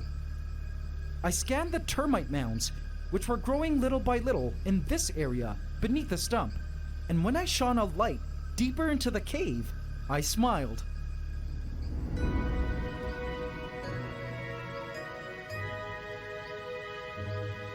The termites had emerged. Awesome! This was the very first clear visual I had seen of the termites since episode 5 of the last season. After that spotting, when they were still living inside the stump, they were driven out by the black crazy ants. And as the weeks went on, I had wondered if the termites were still alive. I spotted sole workers here and there, but finally, here they were, swarming out in the open. The soldiers with guns on their faces, which could shoot out a toxic and sticky goo at enemies, were on guard, protecting the workers who were working on eating the wood around them. There were lots of rotting wood in Pandora for them to consume. As you may recall, back when the vivarium was first constructed, I had buried pieces of decaying wood all around into the soils. I was looking forward to this termite colony growing in size, and their mounds becoming towering dirt mountains from beneath the stump. But as special as this sighting was, the termites weren't the biggest surprise I'd be spotting on this night. I caught sight of several of the huntsman juveniles on the glass, but I was caught off guard when I spotted this spider. Whoa! Wait, what? It was a baby huntsman, but this was no juvenile. See its size next to the mealybug? This was a newborn spiderling. No way! As I looked around some more, I spotted another. And another. The spiderlings were everywhere. Lady Deathstrike's egg sac had hatched. It was fertilized. How amazing! But where was Lady Deathstrike hiding? Dang, no she matter holding where that I kid. looked, I couldn't find her even at night. I resolved to try looking again for our second time huntsman mother the next day. But nothing could have prepared me for the events that occurred the next morning.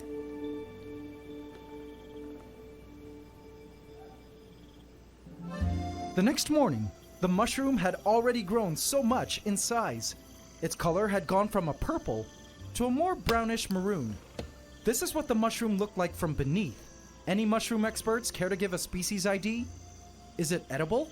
Or, magic? Asking for a friend. I watched a newly emerged adult Magic leafhopper mushroom. moving around with its new wings. Whoopee! I love my new wings. I love 'em, I love 'em, I love 'em, it said as it rubbed them through its hind legs and stretched them out to get the blood pumping through them. This leafhopper, again, was one of those random creatures that I don't know how ended up in the vivarium, but that I could only assume was transported by way of plants, soil, or decor, perhaps as an egg. It was a cute little leafhopper with rainbow iridescent wings, which it couldn't wait to use. And when the time came to fly, it flew to heaven as it was caught by a huntsman juvenile and man. had died in an instant. Poor leafhopper. The huntsmen were very skilled hunters. Now that Flew it was too close to the daytime, sun. I could see more newborn huntsman spiderlings all around. By the color of their abdomens, I noticed that some had managed to catch their first meal overnight. Some already had missing legs and had to learn the hard way that the rainforest was full of dangers at every turn. I watched one spiderling just sitting there when suddenly Get out of here! I said out of here! This is our turf now! Out! I was shocked to witness that the baby had fallen right into the jaws of its older sibling. But this baby huntsman had joined its mother. Hey. For scanning the forest floor, I finally spotted Our Lady Deathstrike. Anything in there? Crumpled up Well, and dead. yeah. No. They can't I have never just mushy expected though her right to now, pass so away like I this after the birth need of more her some second round of solid babies. food mixed But in there it. she was, lifeless, and spirit having left across the Rainbow Bridge. It pained me to see that our giant huntsman mother, whom we followed dedicate her entire life to raising her 2 sets of children, had completed her life's purpose and expired. And so goes the harsh circle of life. As I gazed at the lifeless body of Lady Deathstrike, though my heart was filled with great sadness, If it looks too old, saying then just goodbye throw it to away, a too. legend No, of an have to use arachnid, it. I did notice a variety of creatures coming to make use of her body. Dwarf ants had come around and began to feed. Forward flies It had looks already pretty long fresh, discovered yeah. her body, drinking from exuding juices, as well as laying Yeah. their eggs all over her. Mites and millipedes, and soon worms, would soon come to collect the food they could get from Lady Deathstrike's carcass. As sad as all of this was, Just make I've sure, like, come the to wet learn kibble from my doesn't look moldy observations since it's in just Pandora wet in that that in container. nature, death is a necessary process for life to continue. Lady Deathstrike had given birth to some 800 huntsman babies, who were all now doing their best to survive in the rainforest.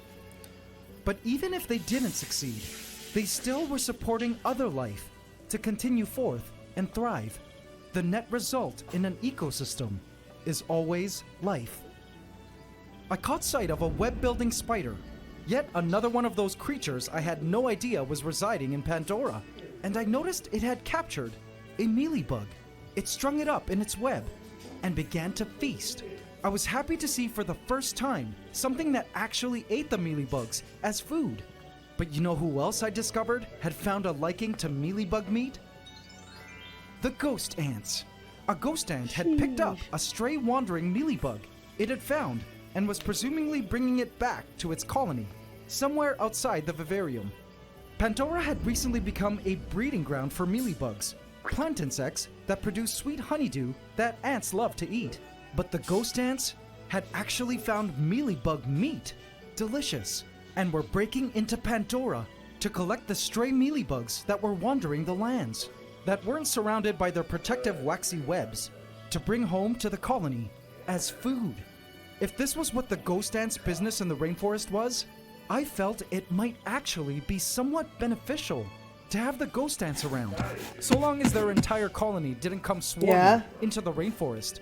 I was Big initially boy. worried the plant parasites might have no natural predators, but it seems nature came to the rescue and sent them in for me. Speaking of parasites, I spotted a super major of the Terra Raiders, who in the last episode we discovered were infected by mites. And though this super major had an indented gaster, I did notice that there were less mites now than last week. I hope this meant the mites weren't the parasitic, blood-sucking kind, and that they would continue to fall off, because the Terra Raiders used to be such a powerful force in these forests, and it was sad to see them fall in glory like this. When I first started this project, I was excited to get a unique peek at the inner workings of a wild ecosystem, but what I didn't anticipate was how attached I would grow to the animals as I watched them live out their normal lives, then go once they reached their life's end. Even the death of the plants were saddening.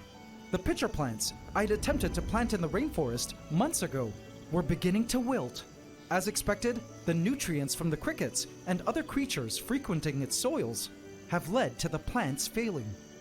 It was just amazing to me how different our Pandora of today was compared to what it was like when I first started the Vivarium project just 4 months ago.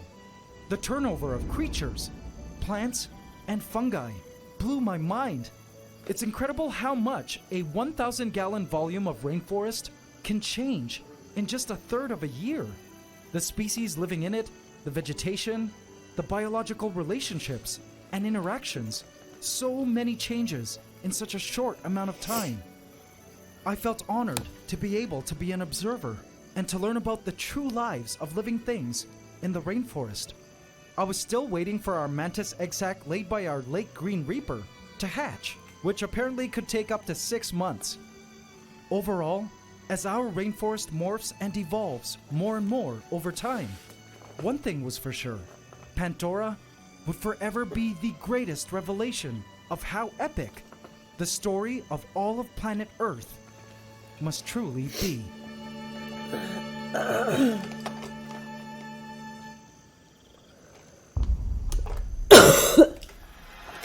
But AC family, so many of the creatures of the rainforest have had the opportunity to pass their genes onto the next generation, from Lady Deathstrike to the Green Reaper, the crickets, millipedes, and land planaria.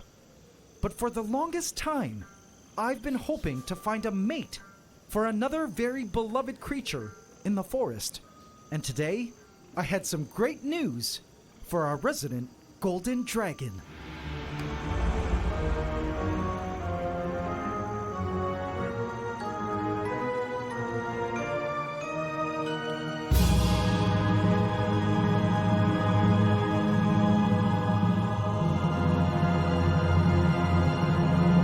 Smaug, I have a surprise for you.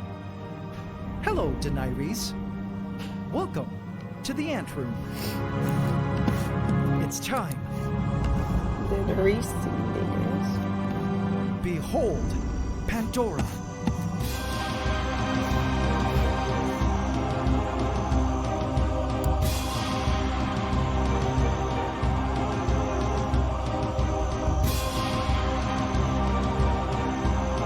Your brand new kingdom for you to rule with an apex king. Be free.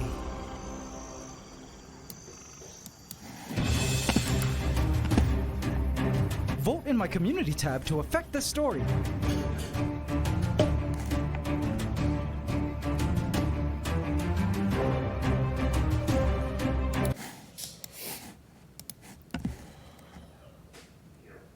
This is Pandora, my 1,000-gallon cloud rainforest vivarium, complete with lush tropical plants, fungi, and an established menagerie of creatures that live in a harmonious food web, a thriving tropical ecosystem within glass.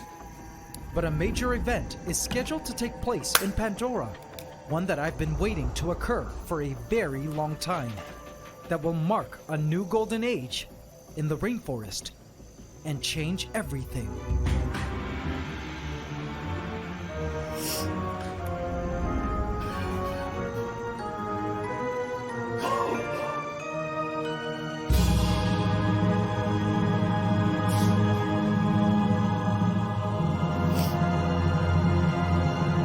Smaug, I have a surprise for you. Hello, Daenerys. Welcome to the ant room. It's time. Come with me. Behold, Pandora.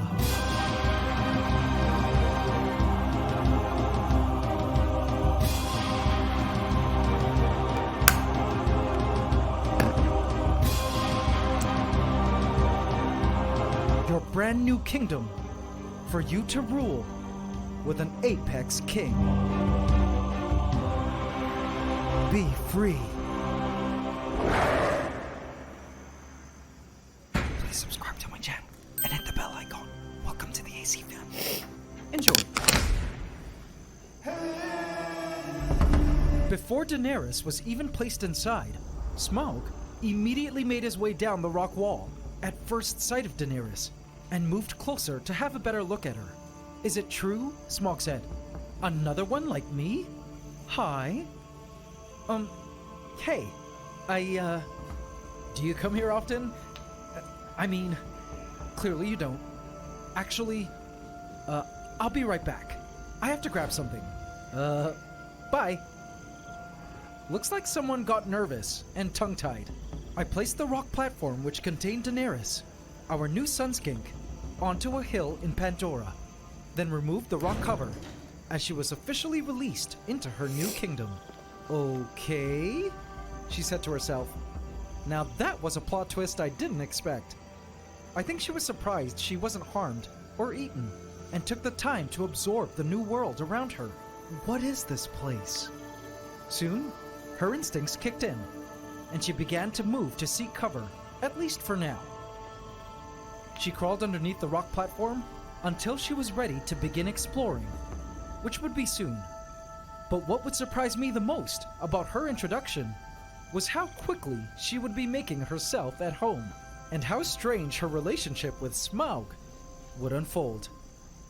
Speaking of awkward pairings, the crickets were always a hoot to watch. My lady, I will sing you a song. Please don't, the female asserted, as she cleaned her ovipositor. She had heard enough from him and his odd raps that failed to woo her. Come with me, and you will see. I'ma make you preggy. Please don't. If I was your lover, you'll be a mother. To a ton of sisters and brothers. Please never say that again. The male was kinda desperate, as strangely the warmer temperatures in the forest over the past month have led to the females not wanting to mate as much, leading to less crickets being around and slimmer pickings for the males. You're a hot mama, and I really wanna. Yeah, I really wanna go home. Good luck, man. You're my lady. You're my lady. Have my babies. I feel that. As funny as this scene was, I wondered if the heat would continue to negatively affect the cricket population to the point where there were no more crickets in the forest, which was a bad thing, seeing as they were food to so many creatures. One population that the warmer season wasn't affecting, though, was that of the millipedes, which were seen everywhere along the forest floor. This was truly the glory days of Pandora's millipedes.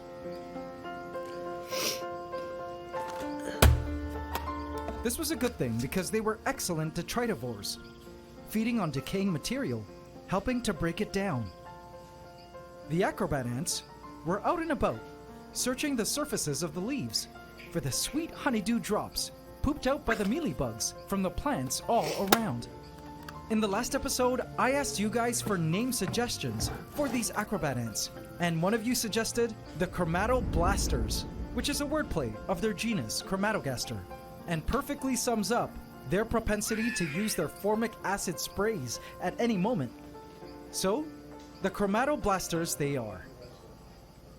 Another ant commonly spotted on the forest floor these days were the gnome ants, and it looks like they've also taken a liking to the mealybugs, but for their meat, kind of like the ghost ants that we spotted breaking into the vivarium last week, stealing mealybugs. In terms of the other ants residing in Pandora, I actually haven't seen much.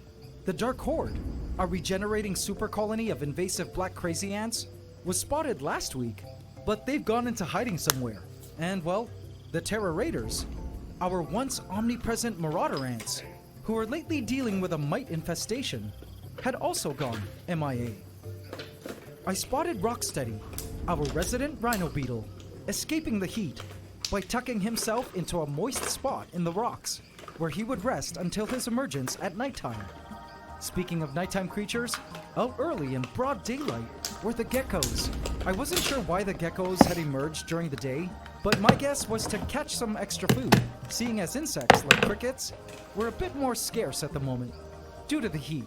But for now, the lizard still looked fat and healthy. And speaking of healthy, I spotted something waiting patiently in ambush. Camouflaged against the driftwood, a juvenile huntsman spider. This was the first generation of huntsman spiders, born several weeks ago from their mother, Lady Deathstrike, who sadly lost her life last week. This first gen of huntsmen, though, were starting to get big, and strangely, some were dark-colored, preferring to station themselves against darker backdrops, while others were lighter and preferred hanging out in lighter-colored areas of the forest. There was also a second generation of huntsmen, born just last week from Lady Deathstrike, and these newborns were already showing signs of rapid growth as they snatched up little insects to feast on. They were about half the size of their older siblings, but just as voracious in appetite. But as cool as it was to spot these little spiders around the forest, nothing could have prepared me for the surprise spider sighting I would behold in just a few days.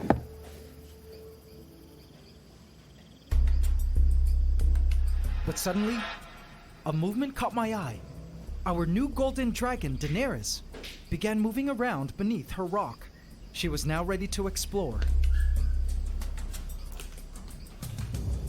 She crawled out from beneath the rock and into the shadows of the vegetation, smelling the soils with her tongue.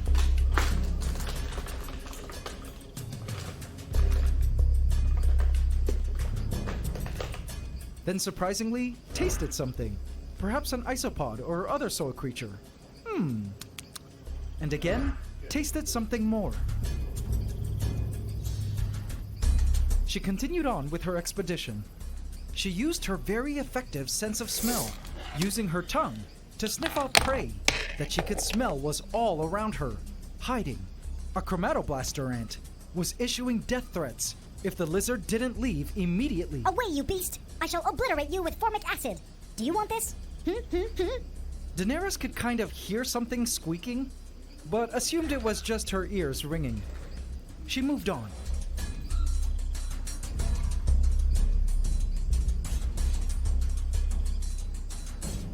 What an interesting mountain of wood, she said as she climbed upwards. She then found a hole in the Hallelujah tree stump. and after discovering it was empty, continued her way up the stump.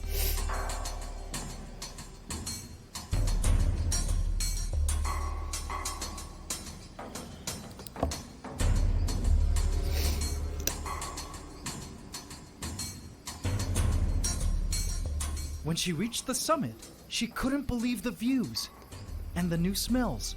She would be basking here in the future for sure.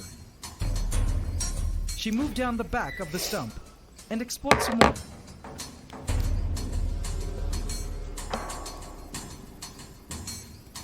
There was just so much to see, and as she perched at the top of the tree stump, she looked down upon the Pandoran lands below and marveled at her new kingdom.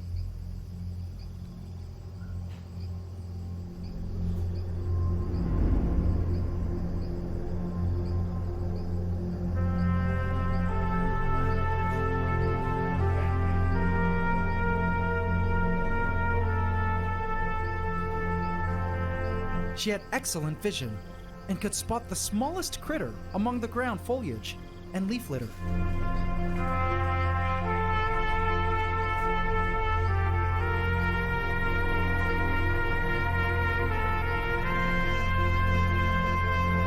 "Wow!"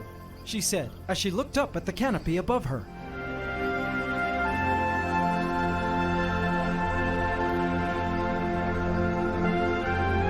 Not too bad.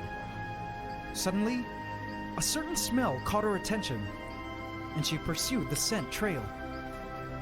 Eventually, she disappeared somewhere behind the stump, but when she would emerge, you guys will truly love what she ended up finding. I'm getting closer. I can smell it. Where are ya?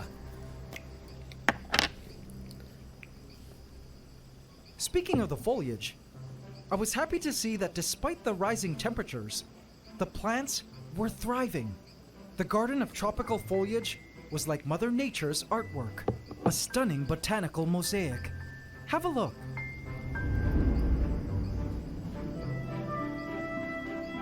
But what delighted me the most was the sudden appearance of the most gorgeous and dainty ferns. I love the look of ferns. They always gave that enchanted forest look, and I was happy to see so many ferns covering the forest floor. Ferns.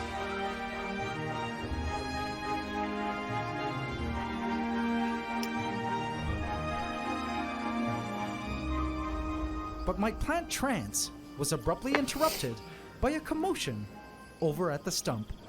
Gotcha!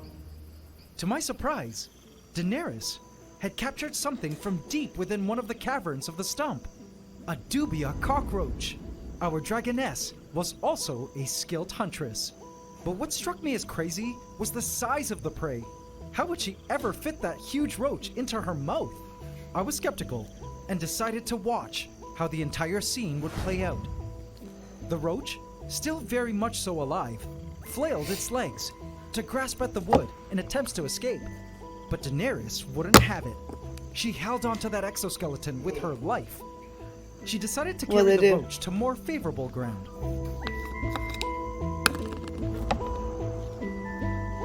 I swear, I'd seen this scene in one of the Jurassic Park movies. She proceeded to crush the roach with her powerful jaws over and over again.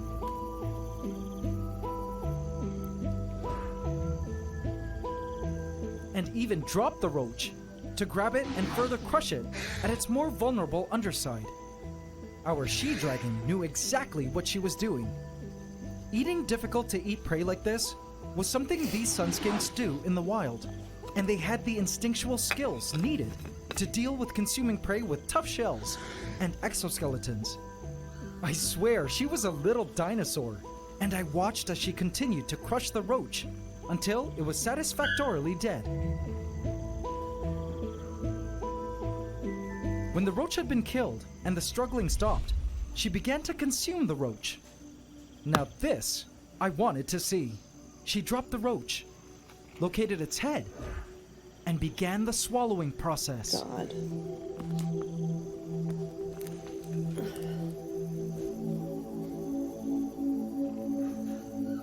Her powerful jaw and inner mouth muscles squeezed the roach, so it would fit into her mouth.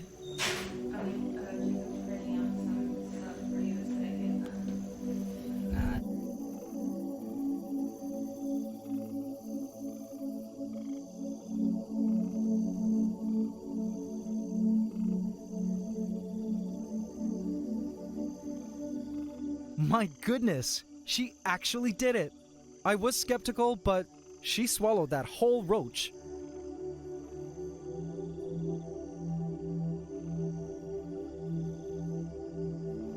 And she began to smack her lips and twist to shove the roach deeper into her stomach.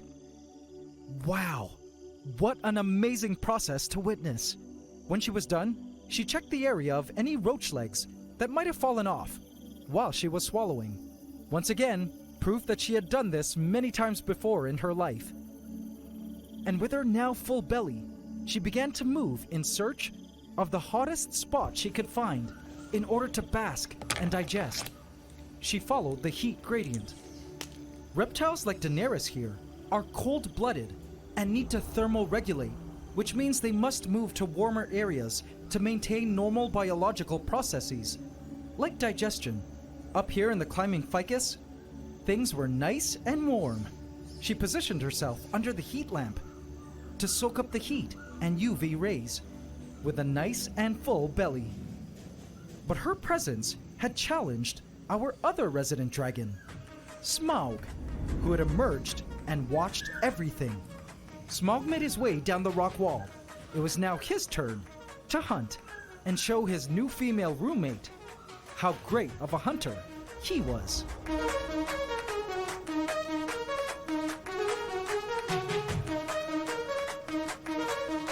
All right, I could do this.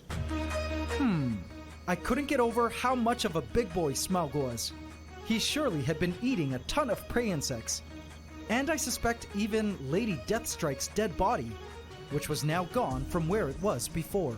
He began to inspect the surrounding foliage and entered the darkness of the driftwood. Daenerys watched from the heights of the moss wall. He moved to check behind the driftwood and had a taste of some gross mushroom spores. Okay, moving on. He could smell prey all around, mostly roaches, hiding in secret shadowy caverns. He managed to get a mouthful of wood fibers, perhaps from striking at prey and missing. Gross. He eventually made his way closer to the moss wall, and in an instant, Daenerys dashed away and was nowhere to be seen. What a strange dragon interaction, and not what I expected at all. Night fell in the rainforest, and as always, the spiritual mists blew through the lands like the most beautiful veil of moisture. The mists were like the spirits of creatures from Pandora's past, reincarnating in the element of water to dance again in their old rainforest stomping grounds. I was spellbound by the beauty of the rainforest on this particular night.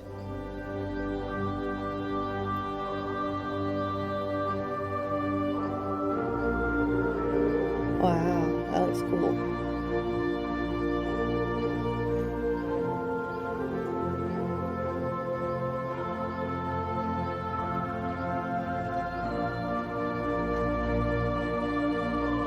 The tree frogs had emerged.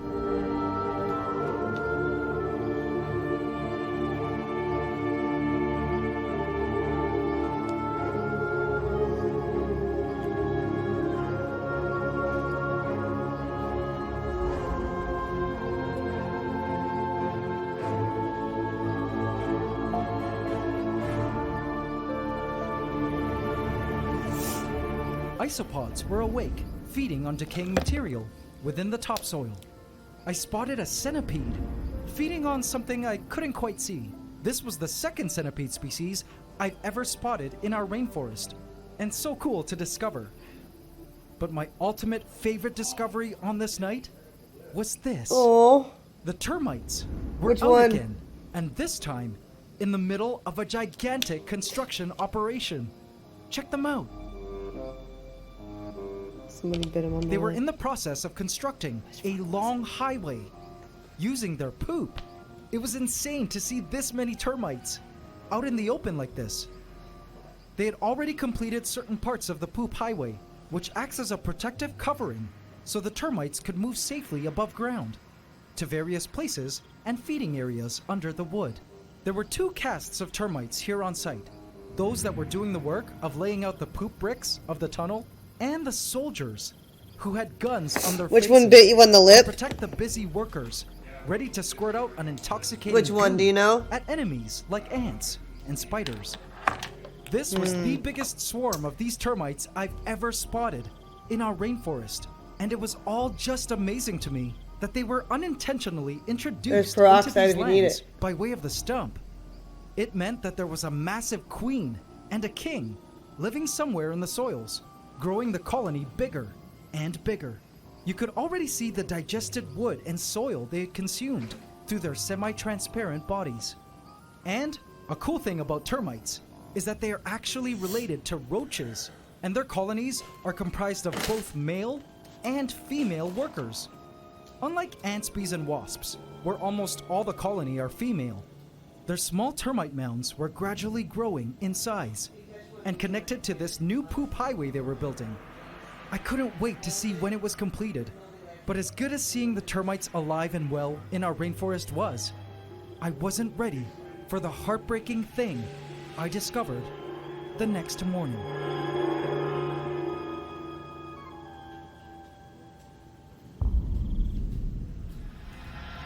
I was checking around the vivarium for our dragons, who were still asleep. But what I did find suddenly made me feel deep concern. Rocksteady was still laying there in the same place he was yesterday, and looked like he hadn't emerged to wander the night. Worried, I moved to pick him up, to check up on him. Springtails had already been on his body. And AC family, it was with deep sadness that I discovered that Rocksteady had died. No, not another one of the OGs. I'm sorry, AC family. I knew he was getting old, but somehow never imagined the day of his death would be today. I said goodbye to another great insect and friend, and sat there in silence, So dramatic. mourning Rocksteady's passing. No. The rhino beetle. Where I live, the daily temperatures are now scorching hot. It's the driest time of the year. When rain is scarce, certain trees dry up and shrivel in an attempt to self-preserve, entering a dormant state. Some animals head underground and sort of hibernate through these hot months, and others simply die. The summer months here in the tropics remind me of what it was like during the winter when I still lived in Canada, when harsh conditions spurs mass dormancy and death for a lot of creatures. As I gazed at Rocksteady's lifeless body, as much as I knew I would miss seeing him wandering the rainforest, I knew he was somewhere in insect paradise now, reunited once again with his cricket best friend, like old times, laughing and telling jokes of life in Pandora, while gorging on an endless supply of rotting mangoes. Perhaps he had a pretty girlfriend up there too. I imagined his spirit was now part of the nightly mists bathing the lands, his forever Earth home. Pandora, being a cloud rainforest at higher elevation, is kept a few degrees cooler and gets more rain than that of the forest outside my home. But even still, the heat has had an impact on the life within the vivarium. Thunder. Though some creatures were clearly thriving in these temperatures, the rainforest has otherwise become somewhat of a dormant zone now, with seemingly less biological activity than, say, January, when it was much cooler. I still had hope, though, that come rainy season several weeks from now, when temperatures start to cool down again due to constant rains, the animals would once again come to thrive, and new baby insects would emerge from eggs to greet the favorable weather. Admittedly, aside from a few nomads and chromatoblasters here and there, it was so weird to see such low ant activity in Pandora, with the once dominant Terra Raiders now nowhere to be seen. I had hoped they would emerge someday soon, so I could just write their disappearance off as the ants just waiting out the heat and not falling victim to mites. We'll have to see. Same goes for other ants that disappeared, like the giant trapjaw queen that was released here since the Gaia event, when I first populated this rainforest with creatures. I hope to still see some giant trapjaws foraging the forest floor. Perhaps come rainy season, I'll have to schedule a second Gaia event. The ant inactivity, though, seems to have benefited other creatures, and I do wonder if the termites have been waiting for these hotter conditions when the ants which would naturally prey on them were scarce, allowing them to push forward with their most vulnerable of operations, like building this long poop tunnel highway, which had officially been completed Ew. now. Nature has a funny way of ensuring all her creatures have a chance to thrive. As for our dragons, the two lizards surprisingly never did come face to face, and seemed to sort of stay out of each other's way. When Daenerys was basking up on the moss wall, Smaug was basking on his rock wall. When Daenerys was basking at the tree stump summit, Smaug was basking on the lower driftwood. And when Daenerys was on the lower driftwood, Smaug was right below her. They were never aggressive towards each other, but just kind of made it a point to not interact. For now, anyway. I believe their breeding season should be coming soon, now that temperatures are warmer. And apparently, when Sunskink breeding season is in full effect, Smaug's head should turn a bright orange. He was already starting to show signs of oranging at his snout. But regardless of their avoidance, surprisingly together, they were a predatory force to reckon with. Their tag team as apex predators in the forest led to the sudden disappearance of the second praying mantis No. and the damselfly. I watched our two dragons get fatter and fatter each day, hunting non-stop. But overall, I was looking forward to them getting comfortable with each other and eventually mating to give rise to baby dragon eggs soon. Meanwhile, I was reminded this week of the quote I once read. Life is a continuous journey, each season a unique part of the story. When I was still living in Canada, it used to depress me to see all the creatures dying out and hibernating away by fall in preparation for the harsh winter snows. But I eventually realized that the process of how life deals with the seasons is actually quite amazing. Whether it be in the tropics or in temperate regions, all life has evolved solutions to deal with adversity. Some creatures time their breeding cycles to ensure the tough eggs are laid to endure the coldest winters or the hottest summers. Hibernating ants develop an antifreeze in their blood to keep their blood from crystallizing during the winter. Animals in extreme heat have cooling mechanisms when they go dormant while waiting for cooler temperatures. I realized that this harsh hot season is part of Pandora's incredible, winding story, which sometimes includes the passing of animals that were part of the season past. I found peace in accepting this, and I couldn't wait to see what was ahead in Pandora's mind-blowing story.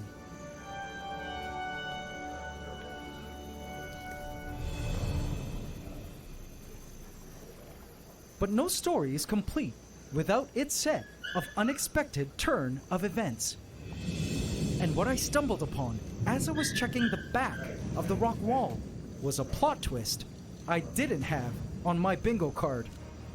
In the night, a peculiar set of legs caught my eye.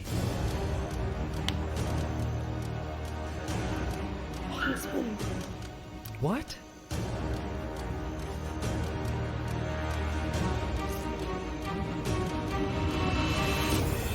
No way! But how was this possible? Vote in my community tab to affect this story.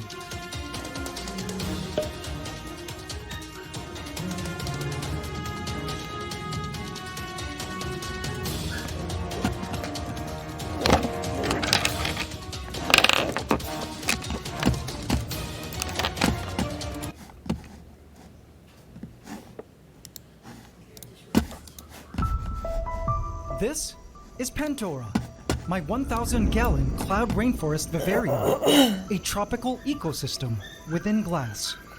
Its purpose is to observe and study the workings of a wild ecosystem, all the biological changes in creatures, landscape, and story. We've seen animals rise to dominance in the food chain and eventually fall away. This here, for instance, was the body of Lady Deathstrike, a fallen giant huntsman spider who birthed 2 massive egg sacs full of baby huntsman spiders, who now frolic Pandora, and her sudden death saddened all of us who followed her incredible life story. But no story is complete without its set of unexpected turn of events. And what I stumbled upon as I was checking the back of the rock wall was a plot twist I didn't have on my bingo card. In the night, a peculiar set of legs caught my eye.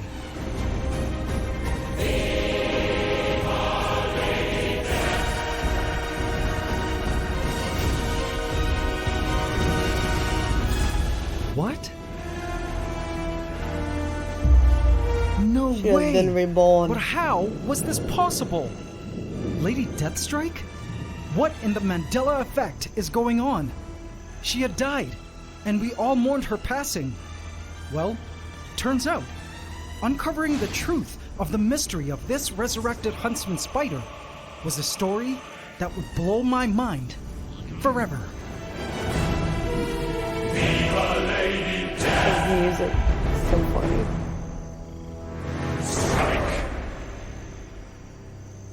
Please subscribe to my channel and hit the bell icon. Welcome to the AC fam. Enjoy.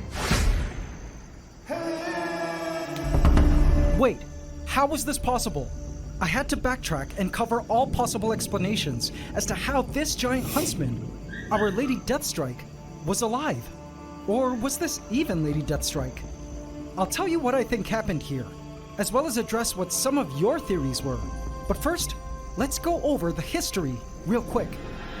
Lady Deathstrike was an adult huntsman spider, whom I mated with a male huntsman, who later birthed an egg sac that she protected for several weeks until it hatched.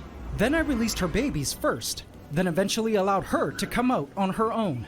Then, that day, I discovered the whole open door disaster, where I left the door of my ant room open and my dog came in and opened the doors, which were only held together at the time by magnets. And in a panic, I had to take total inventory of the animals within the vivarium. Luckily, only one frog, Kermit, I don't got buy out it. and actually showed up to be let in, while Lady Deathstrike was nowhere to be found. He put for another spider days, in there. which to me meant she was in my home. Then, by some miracle, I found her one morning, caught her, and placed her back into the vivarium, where she went on to lay another egg sac, and then eventually die. Or did she? After the Great Escape episode, some of you began posting your crazy theories. It's gonna be crazy if Lady Deathstrike never left the vivarium, and he just found a random huntsman spider in his house that happened to be pregnant. There were a flood of comments like Oh, this, shit. suggesting that the real Lady Deathstrike had been hiding somewhere in Pandora the whole time, and the one that died was simply some other random pregnant adult huntsman from my home. But I dismissed these theories because I knew deep inside that the spider I had caught was the Lady Deathstrike, because huntsman spiders are not so common in my home. I usually spot them about once a year in my place, if ever. So odds were the huntsman I had caught was an escaped Lady Deathstrike, and she eventually died after giving birth to her second egg sac. Or did she? I watched as she feasted on a roach she had caught over the waters. She looked good, healthy, and unbothered. I couldn't help but imagine for a second that the AC family theories were actually correct, and that this was the real Lady Deathstrike. Dang. But guys, as crazy of a story as that is, I'm inclined to still say no. This is not our Lady Deathstrike, as much as I wish it was. There was still one other possibility as to who this mysterious huntsman spider was. And I'll tell you whom I think it is in a second. But I want you guys to give me your opinions as to the identity of this huntsman.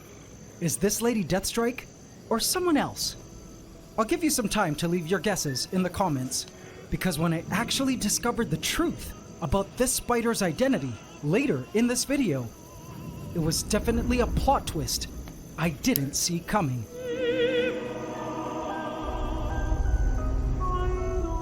So dramatic.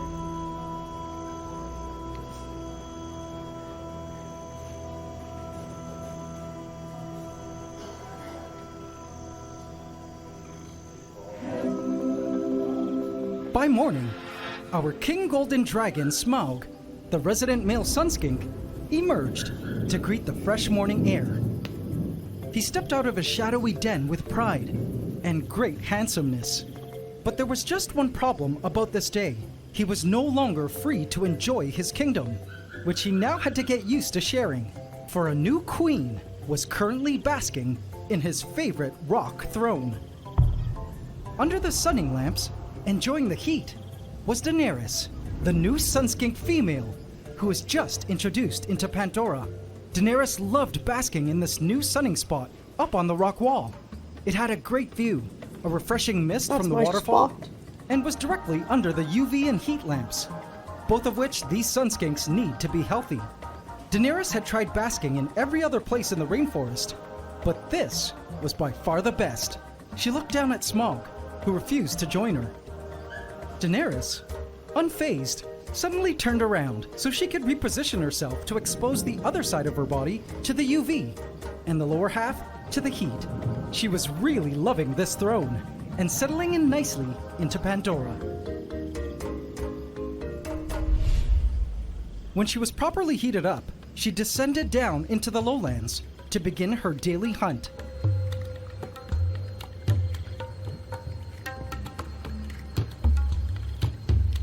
Man, the rain is coming down out there. It's kind of crazy.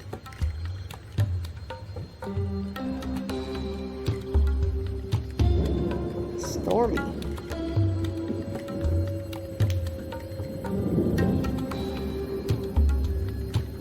She sniffed around the foliage with her tongue. I loved watching her hunt. It was like watching a meat-eating dinosaur searching for food.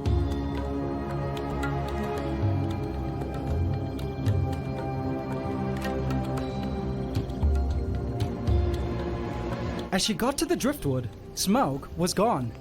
I don't understand why he was so shy of her. Regardless, she continued on with her search for food, which she could smell was all around. It was just a matter of locating where the insects were hiding. She inspected under the leaf litter and searched every possible shadowy place, pit, nook, and cranny. She eventually climbed the driftwood and paused for a moment to take a break. Smaug was back hanging out on his platform as Daenerys moved on into the thick moss to continue on with her search for prey. I hoped these two lizards would come face to face soon, and little did I know, these two lizards would soon surprise me.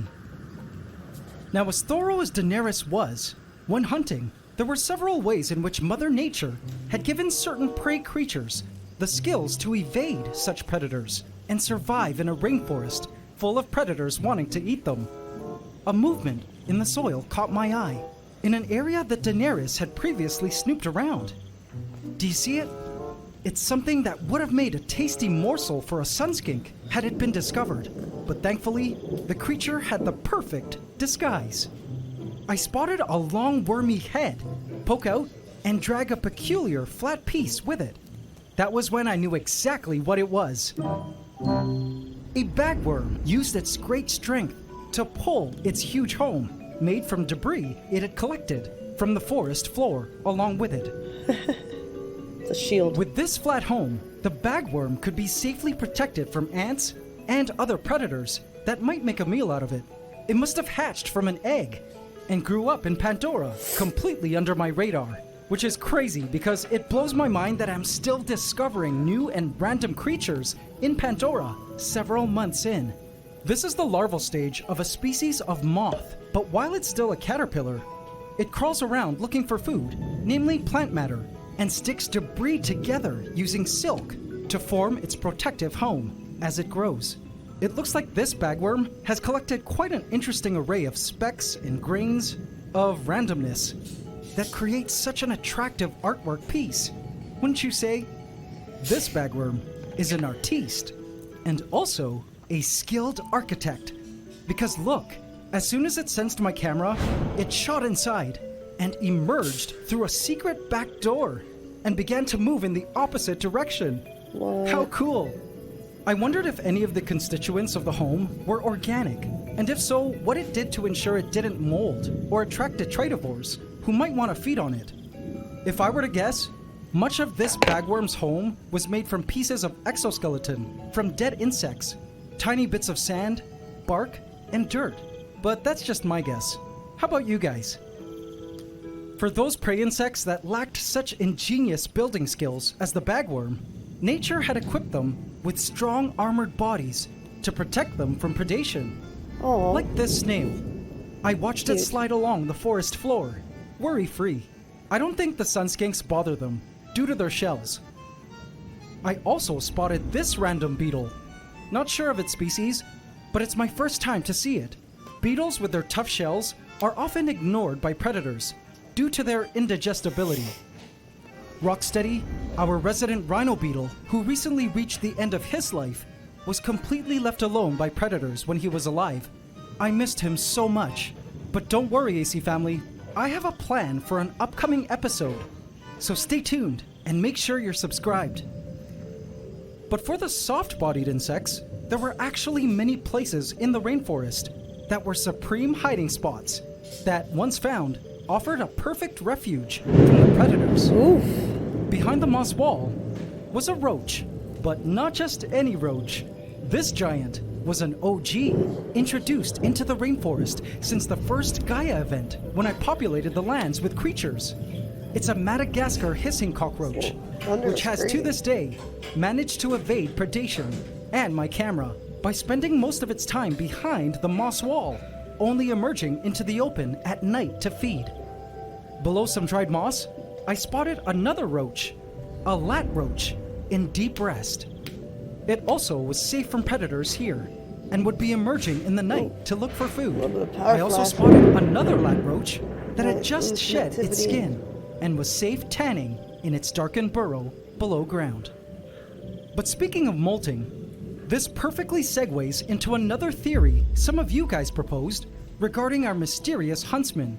Plot twist of plot twists, that was just Lady Deathstrike's That's shed the storm is the from whole time. Me. The fact that her body disappeared sometime fine. afterwards could have supported this theory. But as cool as that theory is, I'm afraid it is not true. When a huntsman sheds its skin, the exoskeleton left behind is translucent and whitish. There was no such empty skeleton anywhere. Sadly, the dead huntsman we found was indeed dead, and I believe one of our dragons ate her remains. There was still another possibility, and I would soon find an important clue that would help point me to the truth about the mystery huntsman spider later that night. But guys, there's something new about Pandora that I have to talk about. The rainforest that used to smell like fresh plants and humidity now stinks. Behold, the official bathroom of the Sunskinks. Our golden dragons have chosen this rock shelf over the pond as their official toilet. And the lizards have decided to leave their huge piles of dung all over the place here. Some creatures, like this millipede, feast on their poop, and some of the poop actually ends up rolling onto the moss floor, where it gets eaten up by the abundance of soil creatures, like springtails and mites. Now guys, check out how beautiful this cycling of nutrients is. The little edible bits from the lizard poop get eaten up by the soil creatures, who then themselves poop, which happens to be extremely nutrient rich for the plants of the forest floor, along with the earthworm casts that create even more fertilizer for the plants. The rainforest's all plant life shitty. has been thriving. Now all you plant lovers, let's nerd out together now, shall we? Here are some of my favorite ground cover plants. Check out this pink syngonium, our lemon lime philodendron, and golden pothos. The plants are totally loving all the nutrient-rich soils resulting from the Pandoran creatures pooping in it. But the cycle of nutrients don't end there. There's more. The But wait, vines, who there's also more. set their roots down into the soils, are thriving. And as I looked closer into this vine leaf collection, I noticed some acrobat ants, preoccupied. These are the chromatoblasters. And this chromatoblaster was searching for something. It was looking for an ant cow that was ready to be milked. These healthy vine leaves were actually green pastures for the ants' cattle, the mealybugs, who were feeding from the plant's nutritious sap. This ant had found a mealybug that was ready to be milked. It strokes the mealybug, which causes the mealybug to poop out a sweet byproduct called honeydew, which is a valuable food source for the ants. It's crazy. It's just amazing to me They're how farming. nutrients travel from lizard to soil creatures, to the plants, to the mealybugs, and to the ants. And this is only one nutrient pathway. There are actually multiple pathways that nutrients travel through an ecosystem. The food web is truly a marvel of Mother Nature. And that was when I spotted some other ants making use of the chromatoblasters' leftovers. Members of the Dark Horde, invasive black crazy ants, were also busy harvesting any drops of honeydew they could find from the surfaces of plants that were squirted out by the mealybugs. Though I did a good job at eradicating most of their numbers in the past, I knew it was only a matter of time before they would bounce back. Black crazy ants are some of the world's most concerning and successful invaders, for a reason. I didn't know where they were nesting, but I was surely keeping an eye on them.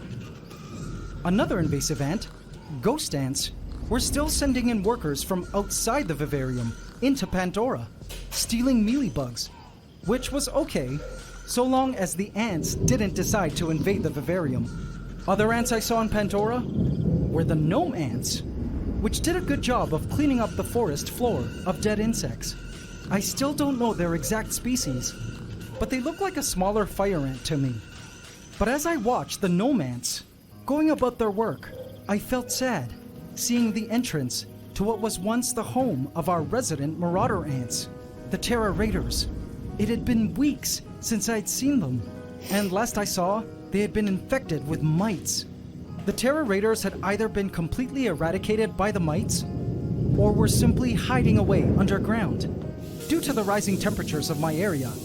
What saddened me about this whole situation, though, was that I now suspect it was the former, and that the Terra Raiders had truly been wiped out, because there was another neighboring marauder ant colony nearby that were not hibernating from the heat.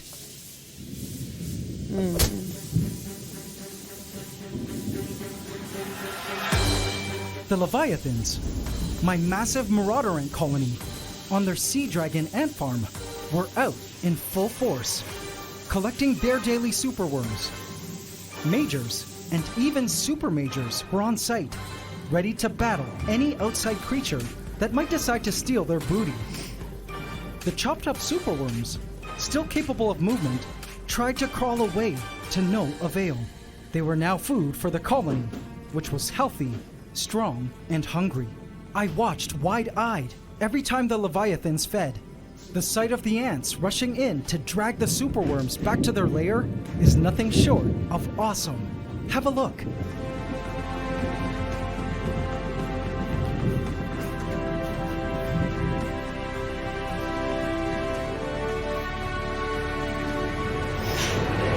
This footage is not time-lapsed. This is in real time.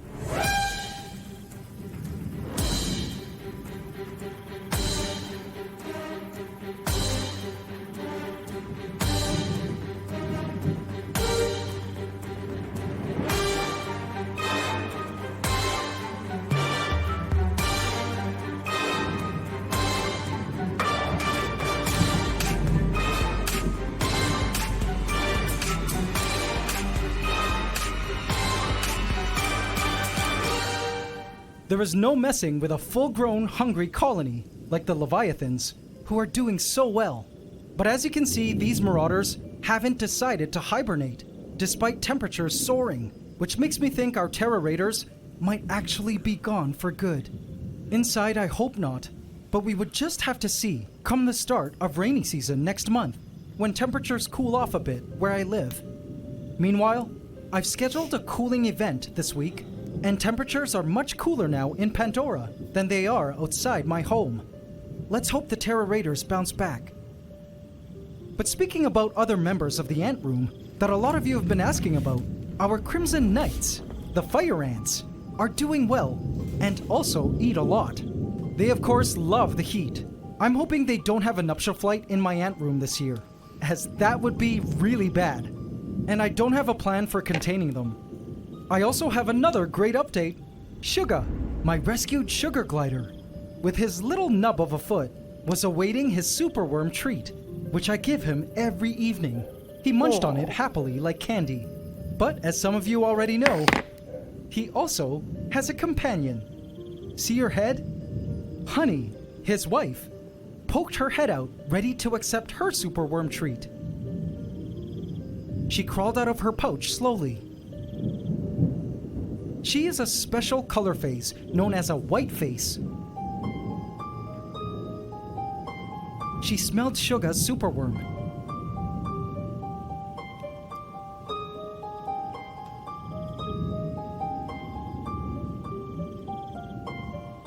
Sugar and honey.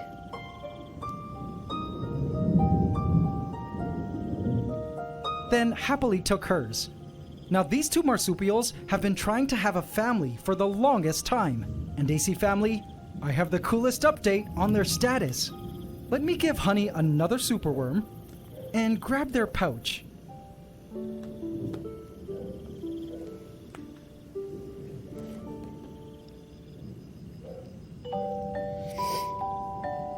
Oh, cute. Behold, a baby sugar glider. Isn't it cute? I've named it Gizmo. Hi there, Gizmo. Sorry to wake you. Gizmo is a white face, just like Mom. But that's not all. On the other corner of the pouch... Oh, is another little rascal, also a white face. I call him Ewok. Oh, Coochie coochie coo. so Now these cute. sugar gliders are very interesting marsupials, which means like kangaroos and koalas, babies are born as little naked pink gummy bear type thingies, which crawl into the mom's pouch, which you can see is that gaping hole, and develop further in there until they eventually emerge from the pouch. The babies have emerged and can no longer fit inside the pouch, but they still feed from their mom's milk, from her nipples which are inside the pouch. Oh, But soon interesting. Gizmo and Ewok will be out feeding on what their parents eat, which by the way is not an easy diet to prepare in captivity. So if you get a sugar glider, make sure to do your research, as they are not the ideal pet for everyone and are a 15-year commitment. But as I watch the sugar gliders crawl back into their pouch to sleep some more before their nightly emergence, I was grateful that the gliders had finally achieved their family goals. So cute.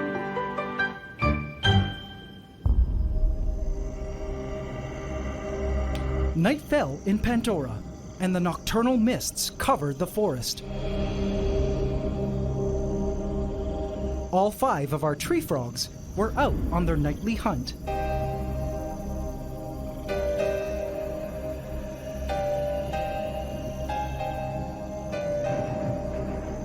On this night, there seemed to be an abundance of roaches on the prowl, particularly the lat roaches. They were out to play and search for edibles in the forest. This roach munched on some decaying vine. Others wandered deep into tunnels within the moss. Also present were the various isopods, which to me looked like alien specters, foraging for decaying material to munch on. These terrestrial crustaceans, as well as the roaches, were important for our ecosystem, as they helped break down vegetable and decaying matter to release those nutrients our plants love into the soils. But also behind the moss wall, our mystery huntsman had emerged once again, and it was then that I made a very interesting discovery. Skin. Our mystery huntsman had shed her skin. So this was an important clue regarding her identity. Let me explain. During the initial Gaia event, I also added in a tiny huntsman spider whom I would see every now and then, and last I saw, she was this big. The fact that this spider shed, to me, meant that she was most likely that small huntsman that had officially reached her adult size. Not to say that adult huntsmen don't shed, but they certainly don't shed often as adults. Also, looking at her size, she was just slightly smaller than Our Lady Deathstrike. So, in conclusion, this mystery huntsman was not Lady Deathstrike, resurrected, but rather the young huntsman we placed into Pandora months ago, who is now an adult. Mystery solved. Or so I thought. The next day, I looked into Aqua Noctis, our blackwater pond. It was still nicely tinted, with nutritious tannins, and full of fish.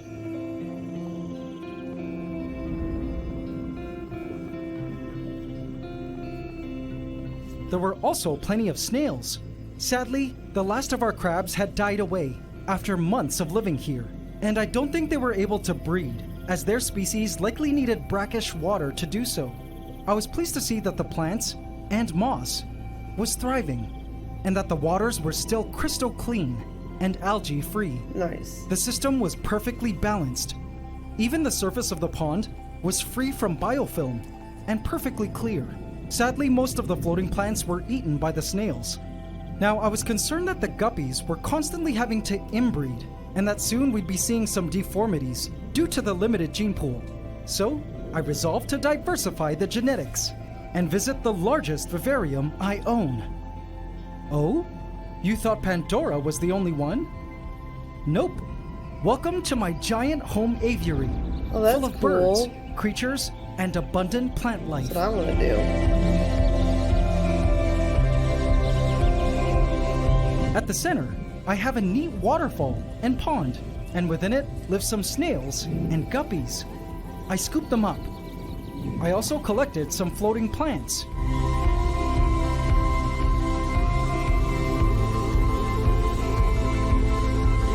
And placed their container into Aqua Noctis to acclimate, then release them into our black waters. So satisfying seeing them explore their new home. With these new genes, the deformities and inbreeding should not be a problem for the next few months. I watched as the guppies began to feast, like a school of piranhas, on a newly shed roach that must have slipped into the pond. Now that the system has been stable, I've been trying to think of other creatures to add to Aqua Noctis. Any suggestions, guys? In terms of the floating plants, to keep them away from the snails, I decided to plant them up high on the rock wall, where they could still benefit from filtering the water of nitrates. They looked pretty there, wouldn't you say? And looking up, I spotted something that truly warmed my heart. At first I thought it was one sunskink, but eventually realized I was looking at two heads at the basking site. Both our sunskinks were basking now at the same place. At first I thought Smaug was hogging the heat lamp, all to himself, and Daenerys was totally scared. But as the lizards began to move, the interaction surprised me. Smaug puffed up, asserting his dominance. Daenerys responded with submissive body language. And then to my surprise, instead of aggression, Smaug moved aside, signaling to Daenerys that it was her turn to bask on the hot side, while it's Smaug yelling. situated beneath the UV lamp side. Aw, how cute. Our sunskinks were officially a pair. I was happy to see the dragons getting along well. It seemed the rainforest as a whole is still on its signature winding journey of change. And though some of these changes are sad to us human observers, for Mother Nature, it's all part of her process, which I believe is inherently good. The rainforest as a whole is still thriving, and I mean, look at it, with lush plant life and new life springing forth from the soils, revealing more and more of the forest's secrets at every turn. There was still so much to look forward to in Pandora, like whether or not this mantis egg sac will hatch, or whether the Terra Raiders will make a return come rainy season, hopefully before the Dark Horde does. I've been thinking of scheduling another Gaia event come rainy season, this time with certain rainforest creatures that I had in mind that were still missing from our ecosystem. as well as throwing in some queen ants I managed to find during the nuptial flight season coming up. And as for our mystery huntsman spider, no longer a mystery. As I closed the side door to the vivarium, I noticed the huntsman spider hiding in the talangia. She was so pretty. I felt she made a worthy replacement of our late Lady Deathstrike. Whoa, whoa, whoa, whoa. Wait. What is that? No way! One of the babies. Maybe.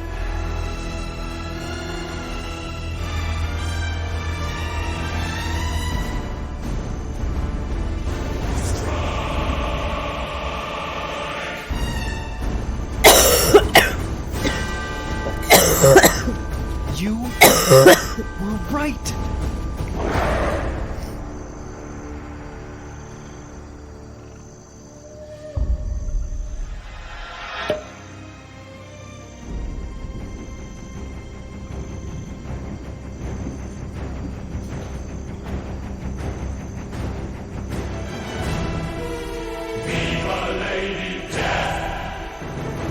Turn the mic up when I cough.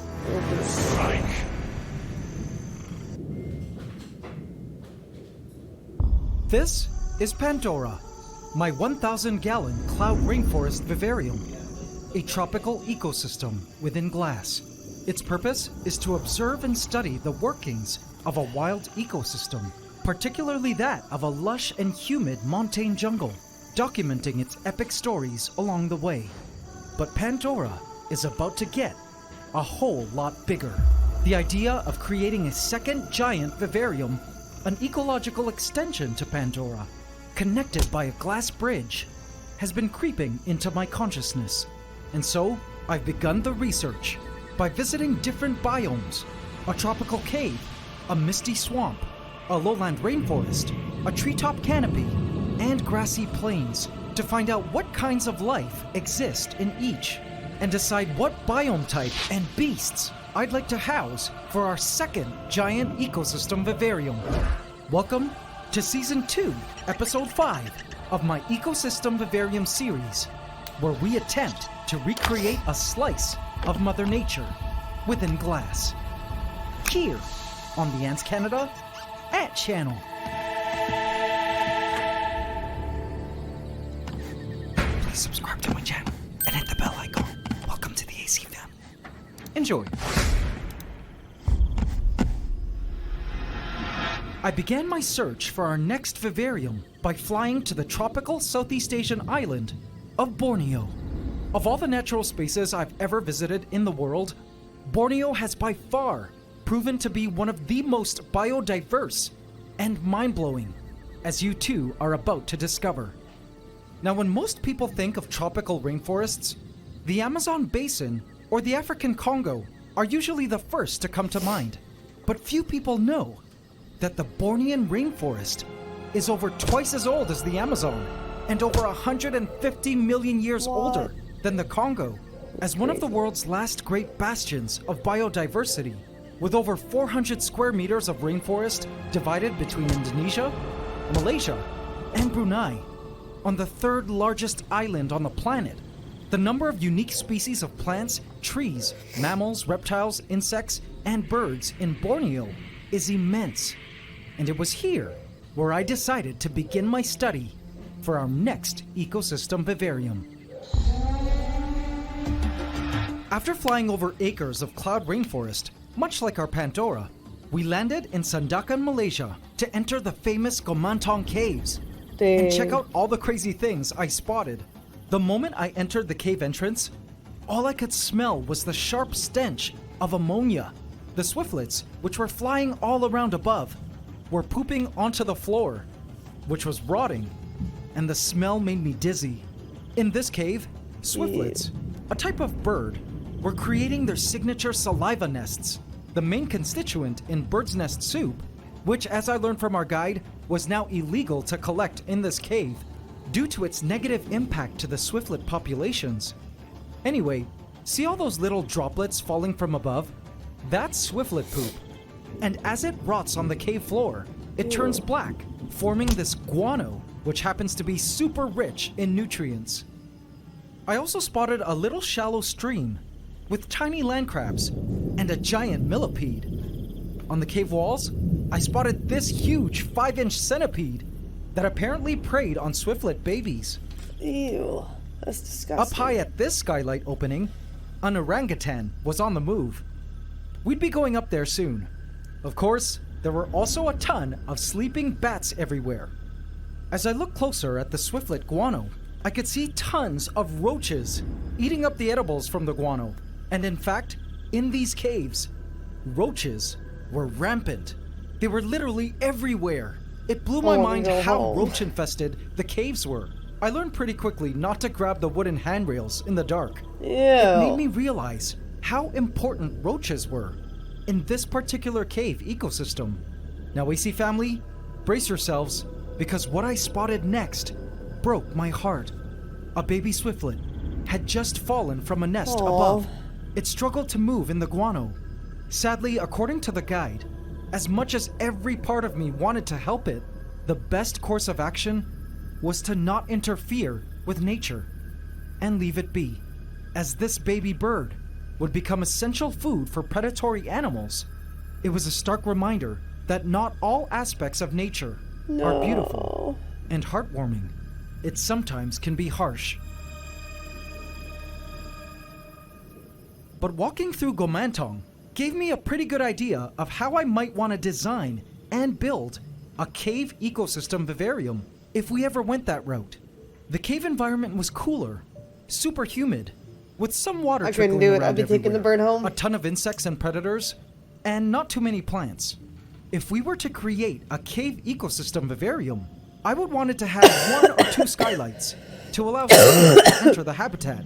Lots of cool rock formations, stalactites, stalagmites, possibly even limestone or crystal formations, even a water feature of some sort, but nothing too crazy.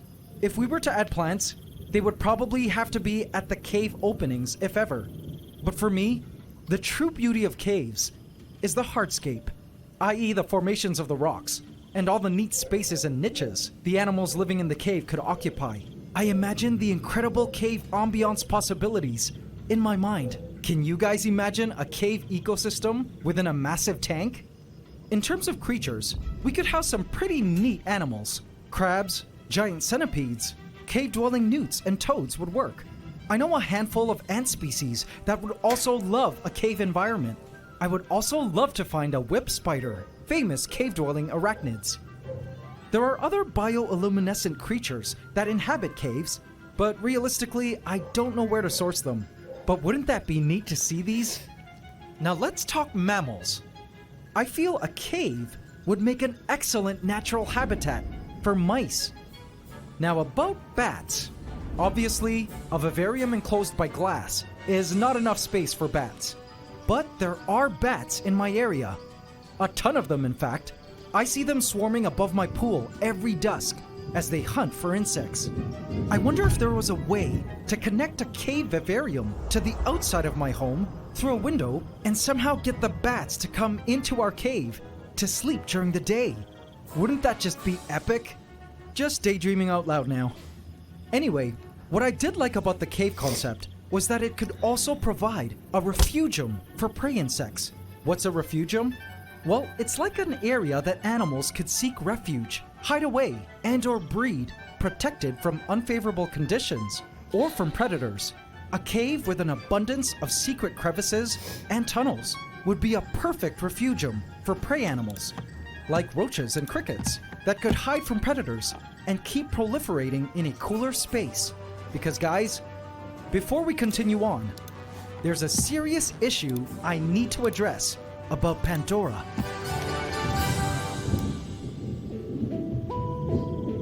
It's been hot, scorching hot in my area, and Pandora's ambient temperatures are designed to be 3 or 4 degrees Celsius lower than outside temperatures where I live. By the way, in case you're new, I'm now living in the Southeast Asian tropics, where it's currently the hottest month of our year. Have a look at the tropical forest in my yard. This past week, it got to a whopping 47 degrees Celsius, which is 116.6 Fahrenheit. Super hot. And it has led to much of the vegetation drying up. This forest, at every part of the year, is lush, green, and dense. But every summertime, it turns into a dried up, dead, and sparse woodland. This here is usually a trickling creek, but now it's a dried up pathway of clay. Even the bamboo has shed its leaves to self-preserve amidst the heat. In the same way that winter is the dead season in temperate regions, where I'm from, the summers are the most unfavorable time for life. It hadn't rained in my area for what it seemed like months now, but I knew the rainy season was just a few weeks away, and with it would come cooler temperatures again in the ant room. The ant room is actually equipped with climate control, and I could very easily set the ant room to be at any stable temperature I want, but I haven't been doing this, because this would be just me affecting the ecosystem in a way that didn't follow the natural flow of the seasons. And I wanted to see how the seasons affected things. So far, I've noticed that some of our asparagus ferns have dried up, the mosses weren't as abundant, and a lot of the animals have gone into estivation, hiding deep underground to escape the heat, while others, like our once abundant crickets, have stopped breeding altogether and have since disappeared from our rainforest. This was a concern because a lot of our predators depended on the continuous swarms of crickets for food. And so, as a temporary solution to the heat, I decided to add a new generation of crickets.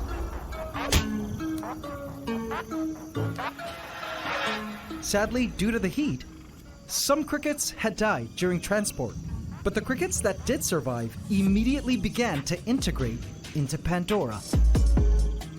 They swept across the forest floor and began munching on vegetation, ferns,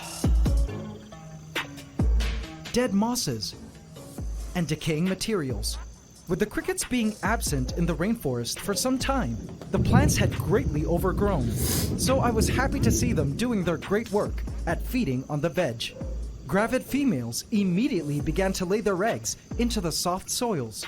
But as for the dead crickets, the stench of the carcasses brought some other creatures out of hiding. Roaches. Just like we saw in Gomantong, the roaches had come to do their handy work and feast. They were not about to allow these decaying crickets to go to waste, nor allow the soil creatures to take them. Nomads also appeared on the scene to feed on the crickets, but it looked like they were going to wait to simply collect the leftover body parts discarded by the roaches. The roaches themselves were so savage as they devoured the dead crickets cum gusto. Some roaches were so eager they began to squabble and fight over the dead crickets, like hungry, flesh-drunken hyenas over wildebeest cadavers.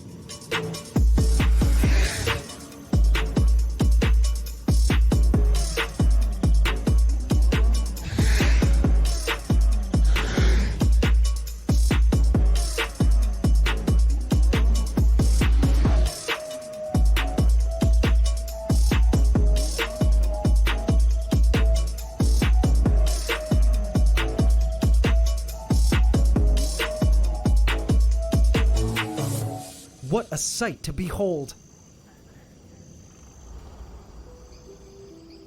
In the night, the female crickets continued to lay their eggs into the soft, fertile soils of Pandora. I was happy to know this ensured a future generation of crickets to come. But this was just a temporary solution that still didn't address the main problem, the heat, which was affecting the crickets' breeding cycles.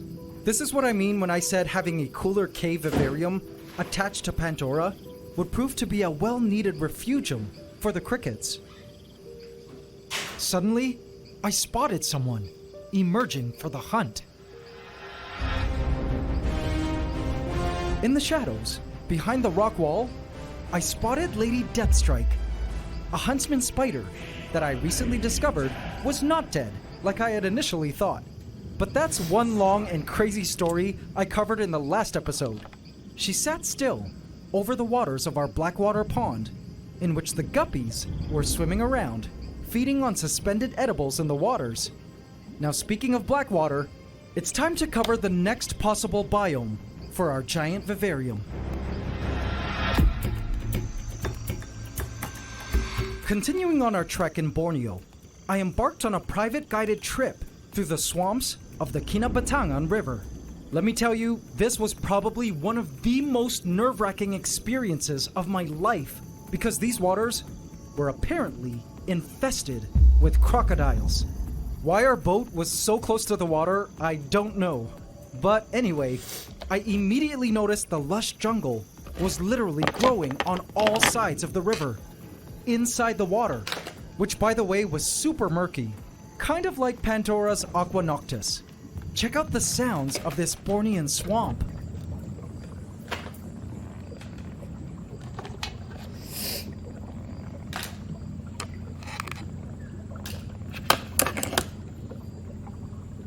We spotted long-tailed macaque monkeys in the trees. And check out how beautiful this new morning sun looked across the waters. For a while, I almost forgot there were crocs in these waters and sat back to enjoy the swampy ambiance. Come enjoy it with me. Eventually, a huge mist covered the river, which apparently made things a bit dangerous for us. So we turned on the motor and moved on to another location. That was when we turned into an inlet, which suddenly made me feel like we were in prehistoric times. It was literally like we had entered Jurassic Park, and it was super spooky. The whole time, I made sure to look around us for crocs. We were also told that this was the elusive pygmy elephant territory, and spotting them was like spotting a unicorn. So I looked out for them as well. But suddenly, we hit a clogging of dead leaves and branches, and my heart began to race.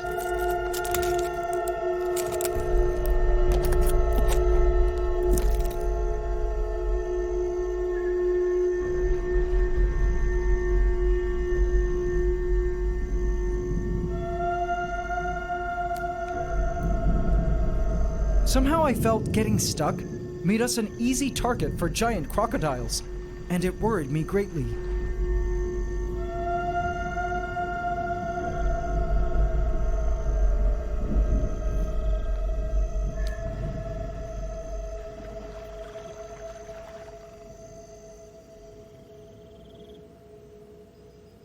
Eventually, we managed to push through the clogging and entered the most incredible inlet, where once again, there was this amazing degree of tranquility and a hybrid feeling of eerie placidity that was both calming and spooky all at once. Oof. That's crazy looking. No, I would not enjoy that. Looks scary as fuck. I studied the landscape and assessed how I might be able to replicate such an awesome environment like this in a giant vivarium. I asked to look at the floating plant life, and I spotted massive floating islands of hyacinth and moss. Some of these floating islands were pretty thick and were ideal habitat for amphibians, like these cool frogs. Heading back, I was sad that the team and I didn't spot any pygmy elephants on this day, but I was kind of glad we didn't spot any crocs, as some guy had apparently lost an arm the week before Oh my god. while doing his laundry in the river. I was quite happy to head back to our camp. So let's talk about swamps. I've had lots of experience with creating aquatic systems in the past, but I knew if we chose to do something that was largely aquatic, it would require above average maintenance, i.e. filters, possibly fertilizers and CO2 canisters, which is kind of against the concept of creating an ecosystem. But even in a massive tank, it still isn't enough space to create the self-regulating conditions of a wild swamp. In the wild, for instance, naturally dissolved CO2, which is needed by the aquatic plants, comes from ancient decayed vegetation deep in the ground. There was no way to provide such a system in a tank, other than through CO2 canisters. Plus, an entire swamp is essentially its own filter, which in a tank would have to be substituted by way of an actual external filter, or sump, plus water changes, especially when adding aquatic animals. So maintenance and human interference in a swamp vivarium would be quite high. Let's talk creatures. Obviously, not many ants can survive in this swamp environment. So no ants, nor can it really act as a refugium for terrestrial prey insects. A swamp ecosystem would be mostly fish, aquatic snails, aquatic insects, pretty much the things in Aqua Noctis now, and perhaps, just like in the Kinabatangan River, crocodilians. Guys, this is a dwarf caiman, and though they're called dwarf, make no mistake, there is nothing dwarf about them, as they grow up to 5 or 6 feet in length, at full size. But as a baby, a dwarf caiman could be housed in our swamp ecosystem. They grow about 4 or 5 inches per year, which means we could house a baby caiman for a while in the vivarium, before it would need to be relocated to my 60-foot outdoor pond and sunken garden. One thing to consider though, is that a caiman feeds on insects, fish, amphibians, and anything else it can fit into its mouth. It's actually considered to be what is called a keystone species, which means it has a disproportionately large effect on its natural environment relative to its abundance. And in the case of our vivarium, it would mean that no other creature would be able to share the tank with it for very long. Maybe some fish that it deems too small to eat, and perhaps some snails. But it would pretty much gobble up any frog, newt, or fish large enough to eat.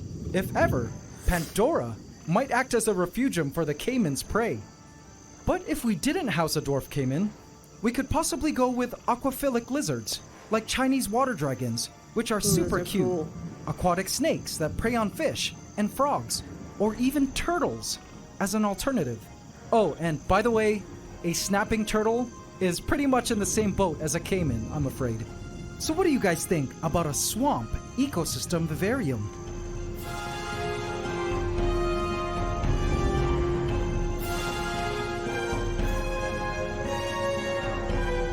I think it'd be cool. I'd like to see one.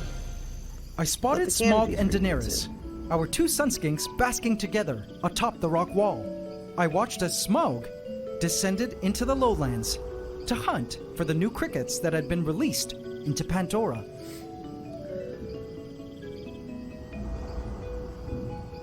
Daenerys watched quietly from above. Unlike much of the other hibernating Pandoran creatures, these sunskinks loved the heat.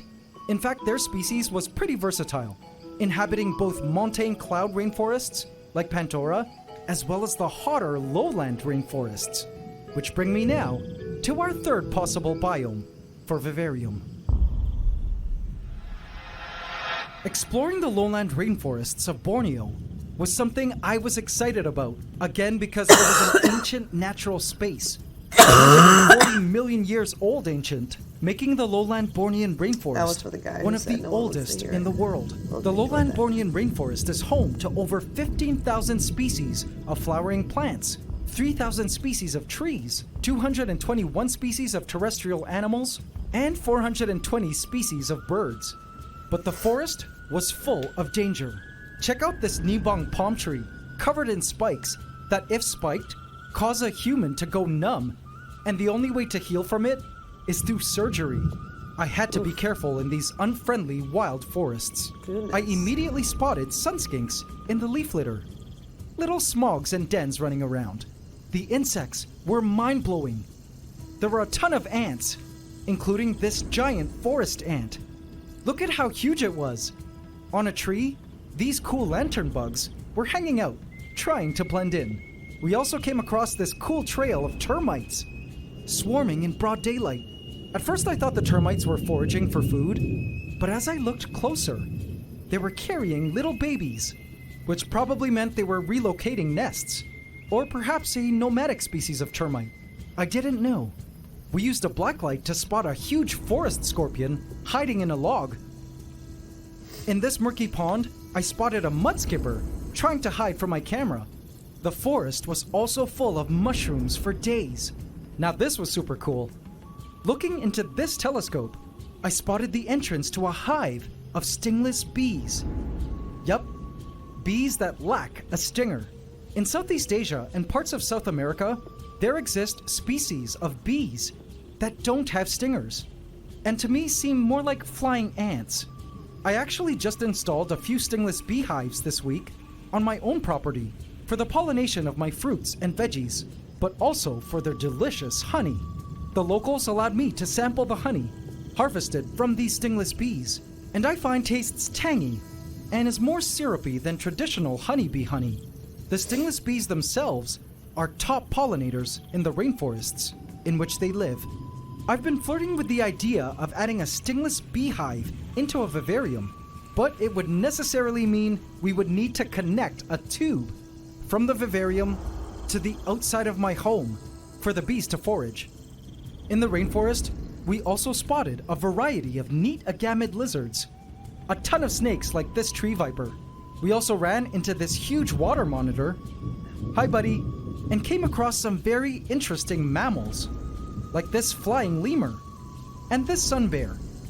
But perhaps the most interesting encounter in the Bornean lowland rainforest were these. Orangutan.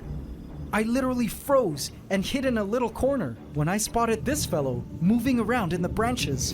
But our tour guide mentioned that the orangutan here don't really fear people, which was interesting. In fact, along our trail, we spotted this fellow munching nonchalantly on some fruit. I thought based on its appearance that it was a female, but apparently it was a male, just not an alpha male, which grows that signature huge alpha face we all know that results from alpha hormones. It was unreal to be just a few steps away from such an incredible animal, but I didn't even see it as an animal because it was so human-like. And then the unthinkable. The orangutan crawled down and headed our way. And our guide told our caravan to just remain calm and stand back. What a crazy experience!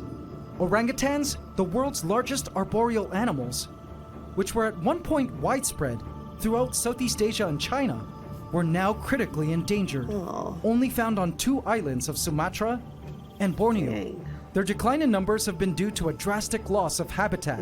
I truly hoped local conservation efforts would eventually help the orangutan populations bounce back, because there were such beautiful great apes. Primates were chilling everywhere, including this male proboscis monkey, named after its huge nose. Cool, right? So if we were to recreate a lowland rainforest, I think it would be essentially like a warmer and less humid Pandora. Less mosses, and more plant life, and more flora and fauna that prefer warmer and drier conditions. Now, one idea that I've been contemplating is the incorporation of primates. A breeder of marmosets, a type of tiny monkey, has been offering a pair to me. These marmosets are not wild-caught, but are captive-bred pets, and I've been researching their care for years now. The minimum enclosure size requirement for a pair of marmosets is allegedly 6 feet tall by 3 feet deep by 6 feet wide. This already means that Pandora is larger than the minimum required space for a pair of marmosets. But you guys already know, we don't do minimum here on this channel. Hell yeah. Behold, my giant 3-story aviary, which currently houses a variety of songbirds, and the space is naturally landscaped with trees, vines, and branches. So one option I could do is house a pair of marmosets in my giant 3-story home aviary, full-time, and on the days I film, release them for playtime into our vivarium. Kind of like an ecosystem event, where a pair of marmosets descend into our plot of lowland rainforest to interact with the ecosystem and do their thing. This of course would require me to tame the marmosets to come down to me when it's time for vivarium playtime. We'll see. Primates are an important player in ecosystems as they're significant frugivores, which means they eat fruit and thereby assist in the distribution of seeds of plants and trees. They also eat plenty of insects and small creatures, and I think it might be interesting to learn more about them. Anyway, let me know what you guys think. The vines of Pandora have begun to bloom so beautifully, and the stunning look of their dainty buds and tendrils made the canopy of Pandora look awesome. It was then that I spotted a movement in the Need to canopy's check on ferns. Angelica. It was a carpenter ant. Awesome! The carpenter ants, which usually forage at night, had decided to wake up early to forage the canopy for food. The carpenter ants were on a very special mission here. They were licking up sweet honeydew extruded by the mealybugs, which were squirting it everywhere. It's no wonder in Australia, these ants are known as sugar ants, as they definitely have a sweet tooth. Carpenter ants belong to a very widespread and diverse genus of ant called Camponotus, and these ants here are a species of tropical carpenter ant that I introduced into Pandora some time ago. I was happy to see them still around and doing well. It seems these carpenter ants have formed a truce with the usually war-thirsty acrobat ants, the chromatoblasters, which were also foraging the ferns for the exact same reason. I was also quite happy and amazed to see how much life and action was going on in the Pandoran canopy. Which brings me now to our fourth biome. From the lowland rainforest, we climbed a cool set of stairs to this awesome walkway up high in the rainforest canopy. And you would think that there wouldn't be as much action up here, but I was surprised by some of the creatures we spotted up in the treetops. First of all, the craziest massive leaves were all around us. We spotted some wild figs. Yes, the fruit found on charcuterie boards paired with wine. I spotted some cool ants, like the spiny ant. And check this out. A giant centipede that at first I found cool, but it suddenly jumped at my face. And thus was born a newfound personal phobia of centipedes. There were a ton of spiders up here, including this beautiful jumping spider. And this, which looks like an ant, but is actually a beetle, mimicking an ant. Spending time up in the canopy got my imagination going. Imagine if we could cut an opening along the top of Pandora and then create a glass bridge up through that glass floor piece, which would be removed, ascending up to the second floor of the ant room, into a large vivarium with a variety of bonsai trees or shrubs with broad leaves or that bear fruit. Our vines and branches could wind up the glass bridge from Pandora to this upper canopy vivarium, where creatures, and perhaps even marmosets, could enjoy being in the treetops. It would also act as a refugium for some insects, like our late Stanley, the bush cricket, or our late green reaper, the praying mantis, both of whom I still suspect were killed by our male sunskink Smaug. A canopy vivarium would create an effective safe space from our mostly ground-dwelling reptilian apex predators. Possible fauna we could house in a canopy vivarium are some of my favorite ants, weaver ants, which create their awesome leaf basket nests in trees using silk produced by their larvae. I believe weaver ants would do amazing in a treetop canopy vivarium and would simply descend into Pandora to forage. Another creature I've been thinking of incorporating is a dormouse, known in the pet trade as a micro squirrel. These arboreal rodents might also be a neat addition as they forage the treetops and grounds for seeds, nuts, grains, fruit, insects, and other such edibles. They form nests up high in trees, which would be super neat to observe in a canopy vivarium. So what do you guys think of a canopy ecosystem vivarium? The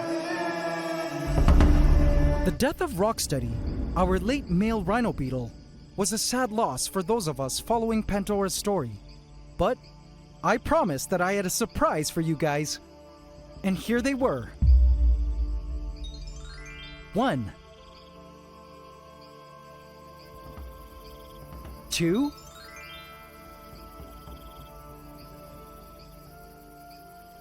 and 3.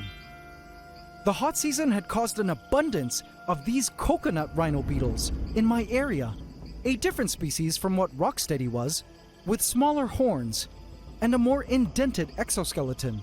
But all 3 coconut rhino beetles that I managed to find were males.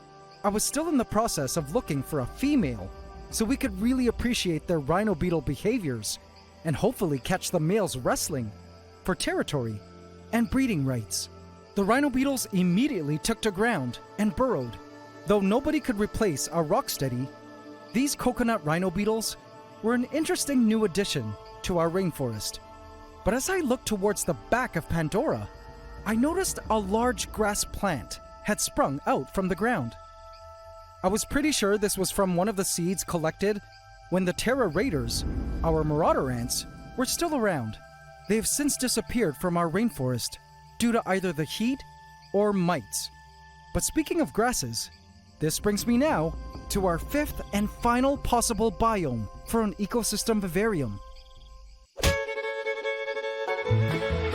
I believe most of us have been to some kind of grassland or open field and know what it's like. It's full of tons of life, including reptiles like snakes, lizards, and even tortoises, amphibians, mammals like moles, and rodents, as well as insects. I flew to Sydney, Australia a while back and checked out one of my all-time favorite ants, bull ants, on which I did a video on this channel. I think a grassland vivarium would be totally unique as far as ants go, and I know a ton of local ant species that would love an open grassy field vivarium, including our Meranopus bicolor colony, which by the way is still doing well. It would also act as an incredible refugium for grasshoppers and crickets. The only challenge I have regarding this option is that such a vivarium requires a ton of light. Most grasses require full sunlight, and that is generally hard to mimic in captivity. I would also need to continually keep planting new grasses as the mature ones were eaten. Though challenging, a grassy plains vivarium might prove to be quite neat and insightful. And so, these are the 5 possible vivarium ideas for our next ecosystem. It will be a few months still before we actually build and launch our second vivarium.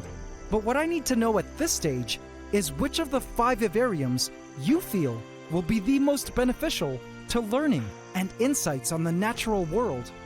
Cave, swamp, lowland rainforest, canopy, or grassland. I feel for a better understanding of our 1,000-gallon plot of cloud rainforest of Pandora, we must also understand its relationship to adjacent ecosystems, where flora and fauna can migrate to, seek refuge, and/or establish new populations if needed. A second vivarium expansion is our inevitable next logical step. Now, if you're watching these videos from a television, which by the way, I believe to be the best way to enjoy these videos, when you get a chance, please kindly hop onto your mobile or desktop and visit the community tab on my YouTube page to vote for your favorite biome option for our second giant ecosystem vivarium. I have a couple polls there for me to pick your brains and help me decide on the future course of our hugely important biological project. Currently, cave seems to be the leading vote, but that's only based on over 100,000 votes. If each of you watching casts your vote in the polls, the results can still be changed significantly. So let me know what you think in the votes. Do also let me know your opinions in the comments of this video and upvote those comments you agree with so I see them. It will help me with my final decision as to which biome we ultimately choose to go with. Thank you all for being a part of this exciting biological journey of discovery and ongoing story of our giant cloud rainforest of Pandora.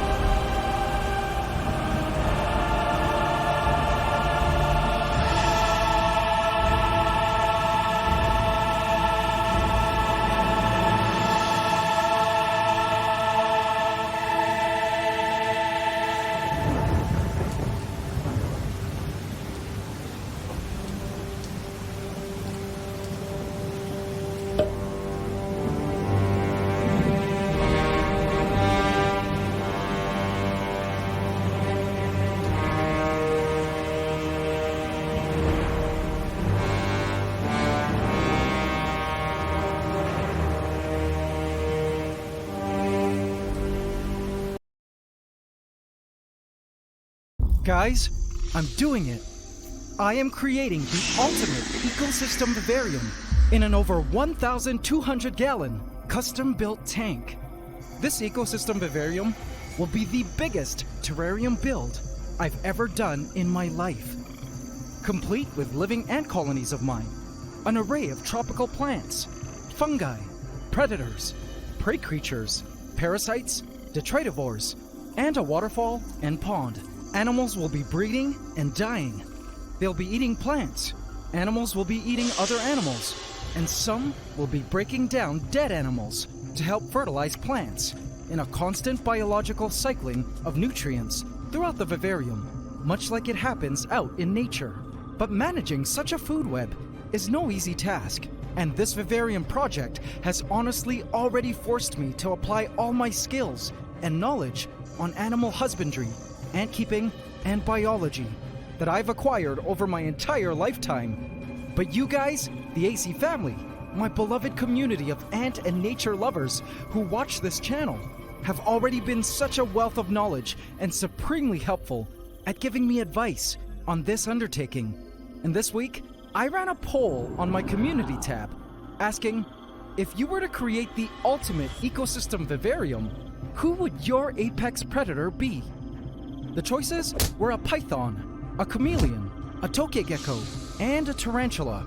And based on over 60,000 votes, you guys voted for python, then tokegecko, followed by chameleon, and last, tarantula. But the poll spurred a huge debate in the comment section. One person said, so many votes for python, but do you have any idea what it'd take to sustain one? They can't exactly live off insects and other invertebrates in an enclosed ecosystem. This was true. I would still love to see a tokegecko, another said. A chameleon is much more fitting, as it would not be attacked by the ants, could contribute to maintaining their population balance, but wouldn't directly attack them, said another. Tarantula seems the most balanced for other small animals around it. Will be in one place a majority of the time and not need to eat everything it sees, someone postulated. Which, if you know tarantulas, could for the most part also be true. But what most people in the comment section insisted was this. Have to say, I'd rather see some smaller predators competing for resources than some OP apex predator just dominating. Smaller predators meaning frogs, smaller geckos, spiders, mantids, etc. Well, what if I told you that actually there is a way to house all of these apex predators and even the smaller predators in our ultimate ecosystem vivarium? But dear fellow animal lovers, don't scream at me yet, as I've had time to think this through, and I can't wait to share with you how I plan to do this. This is part 3 of creating an ecosystem vivarium, where I will have to manage the great food web that exists within the 4 glass walls that will make up our enclosed tropical world. Will we be able to build the ultimate ecosystem vivarium? Will all the creatures we choose to place inside form a successful ecological balance? Or will we fail at managing the food web and cause a complete collapse of the ecosystem we hope to build? It's time we talk about our final plans and discuss. Welcome to the story of how we build the ultimate ecosystem vivarium here on the Ants Canada Ant Channel. Please subscribe to my channel and hit the bell icon. Welcome to the AC fam. Enjoy. Guys, the glass for our grand vivarium arrives in just 2 more weeks. And it's my greatest honor to be constructing this huge ant vivarium with you all.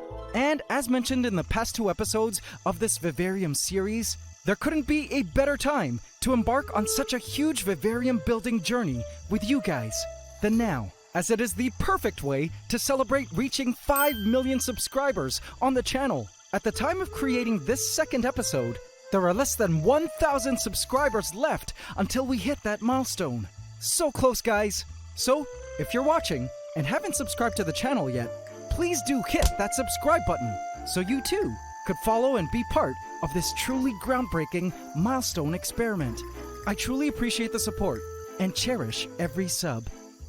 Alright, now to address the big question, how do I plan on housing a meat-hungry python an aggressive tokegecko, a voracious chameleon, a massive tarantula, and a whole assortment of other smaller predators all in one tank, without it being a massive bloodbath, prey food famine, and ecosystem collapse. Well, I'll be explaining how I plan on pulling that off, as well as discussing two things I have to address regarding last week's episode on predators. You see, first, there's a type of animal a lot of you have wanted me to include in the vivarium species list, but after thinking about it for a while, I've decided that I cannot, under any circumstances, include these animals you guys wanted in, due to personal safety reasons, which I'll cover later. And finally, regarding the wild-caught animals I featured last week, there was a surprise I saw when looking into their tank that left me baffled. I'll be asking you a ton of questions today, as I will be needing your help and opinions again on things. So like always, please stay tuned until the end for all that coming up. So AC family, let's begin. First, I want to address how I plan on working out having a python, a tokay, a chameleon, a tarantula, and other predators in a single tank, and it favoring an ecological balance within our vivarium. AC family, you will love this. And if you've already posted a comment against mixing all these animals together, please do leave it up in the comment section. But feel free to edit it if you change your mind by the end of this explanation. Alright, so let me start by defining what exactly I mean when I say we are creating the ultimate ecosystem vivarium. What does that actually mean? Well, have a look at this. This here is a terrarium I created a few years back, in a jar. A challenge and collab from my boy Serpa Design, who by the way makes some awesome terrariums. Shout out to the Serpa squad. Now this particular terrarium in a jar was created for an ant colony, but even without the ant colony in it, this terrarium contained living plants, mosses, and a bunch of critters in its bioactive soils, like springtails and isopods. I could have completely sealed the whole thing up, and it would have been able to sustain itself and all the life inside it for years and years without me doing anything but giving the entire system some sunlight. The water would just continue to cycle inside the jar, animals would breed, feed, and die, and plants grow, get eaten, and also die. The entire system would be a mini, self-sustaining ecosystem in an enclosed space. Some of you may recall this terrarium, where I created a very bioactive forest floor around a tree stump. This was also created for an ant colony, but just like the jar terrarium, I could have sealed this terrarium up completely, and it would have thrived without my interference for years, with sunlight being its only requirement from the outside. I would call both these terrariums, had we sealed them up completely without ants in them, autonomous ecosystem vivariums, because they could simply self-sustain, self-replicate, self-provide, and I would only need to provide sunlight and watch as the living things within formed a perfect balance of sorts to continue thriving for years and years. But AC family, because both these worlds later became homes for an ant colony, they no longer could be sealed up completely, because the ant colonies would need extra food that the systems within could not provide. Namely, a regular supply of prey insects like crickets or roaches, and some sweet foods like honey. Yes, technically prey insects could breed inside, but the prey insects would eat up all the plants within the system and need more plant food to survive. So I would need to go in and add veggies or more plants into the system for the prey insects to eat. Plants take time to regenerate their leaves and grow, and if you know crickets or roaches for example, you know how quickly they can demolish a piece of lettuce. Suddenly the ecosystem isn't autonomous anymore. It's heteronomous, because we're going in and adding in a few things to keep the animals we need alive. So you see, the simple act of adding a larger creature or creatures, like an ant colony, necessarily takes an autonomous ecosystem vivarium up to the next level, a heteronomous ecosystem vivarium. And the more creatures you add, and the larger these creatures are, the more heteronomous the system gets, meaning to say the more we humans caring for the system would need to directly and actively add to the system from the outside if we expect to achieve some kind of conservancy of the various living creatures we hope to be living within. And so, as it relates to our ultimate ecosystem vivarium, which we hope to stock with an enormous amount of life forms for the purposes of our project, it must absolutely be a heteronymous ecosystem and not a completely sealed autonomous ecosystem with no influence from us humans from the outside. If we tried to make our massive vivarium with all its various animals an autonomous ecosystem by sealing it all up and not adding anything in afterwards, it would surely lead to a ton of animals dying and an overall death apocalypse for so many life forms, as the sealed system would achieve its own simpler balance to make up for the lack of provisions from us on the outside. Plants would be overeaten, certain animals might overpopulate, certain animals might exhaust food supplies, and the entire system would collapse. So what does all this have to do with being able to add all those different apex and smaller predators mentioned at the start of the video into our vivarium? Well, now that we've distinguished an autonomous ecosystem vivarium versus a heteronymous ecosystem vivarium, here's where the plan for our vivarium gets really interesting. AC family, listen to my idea.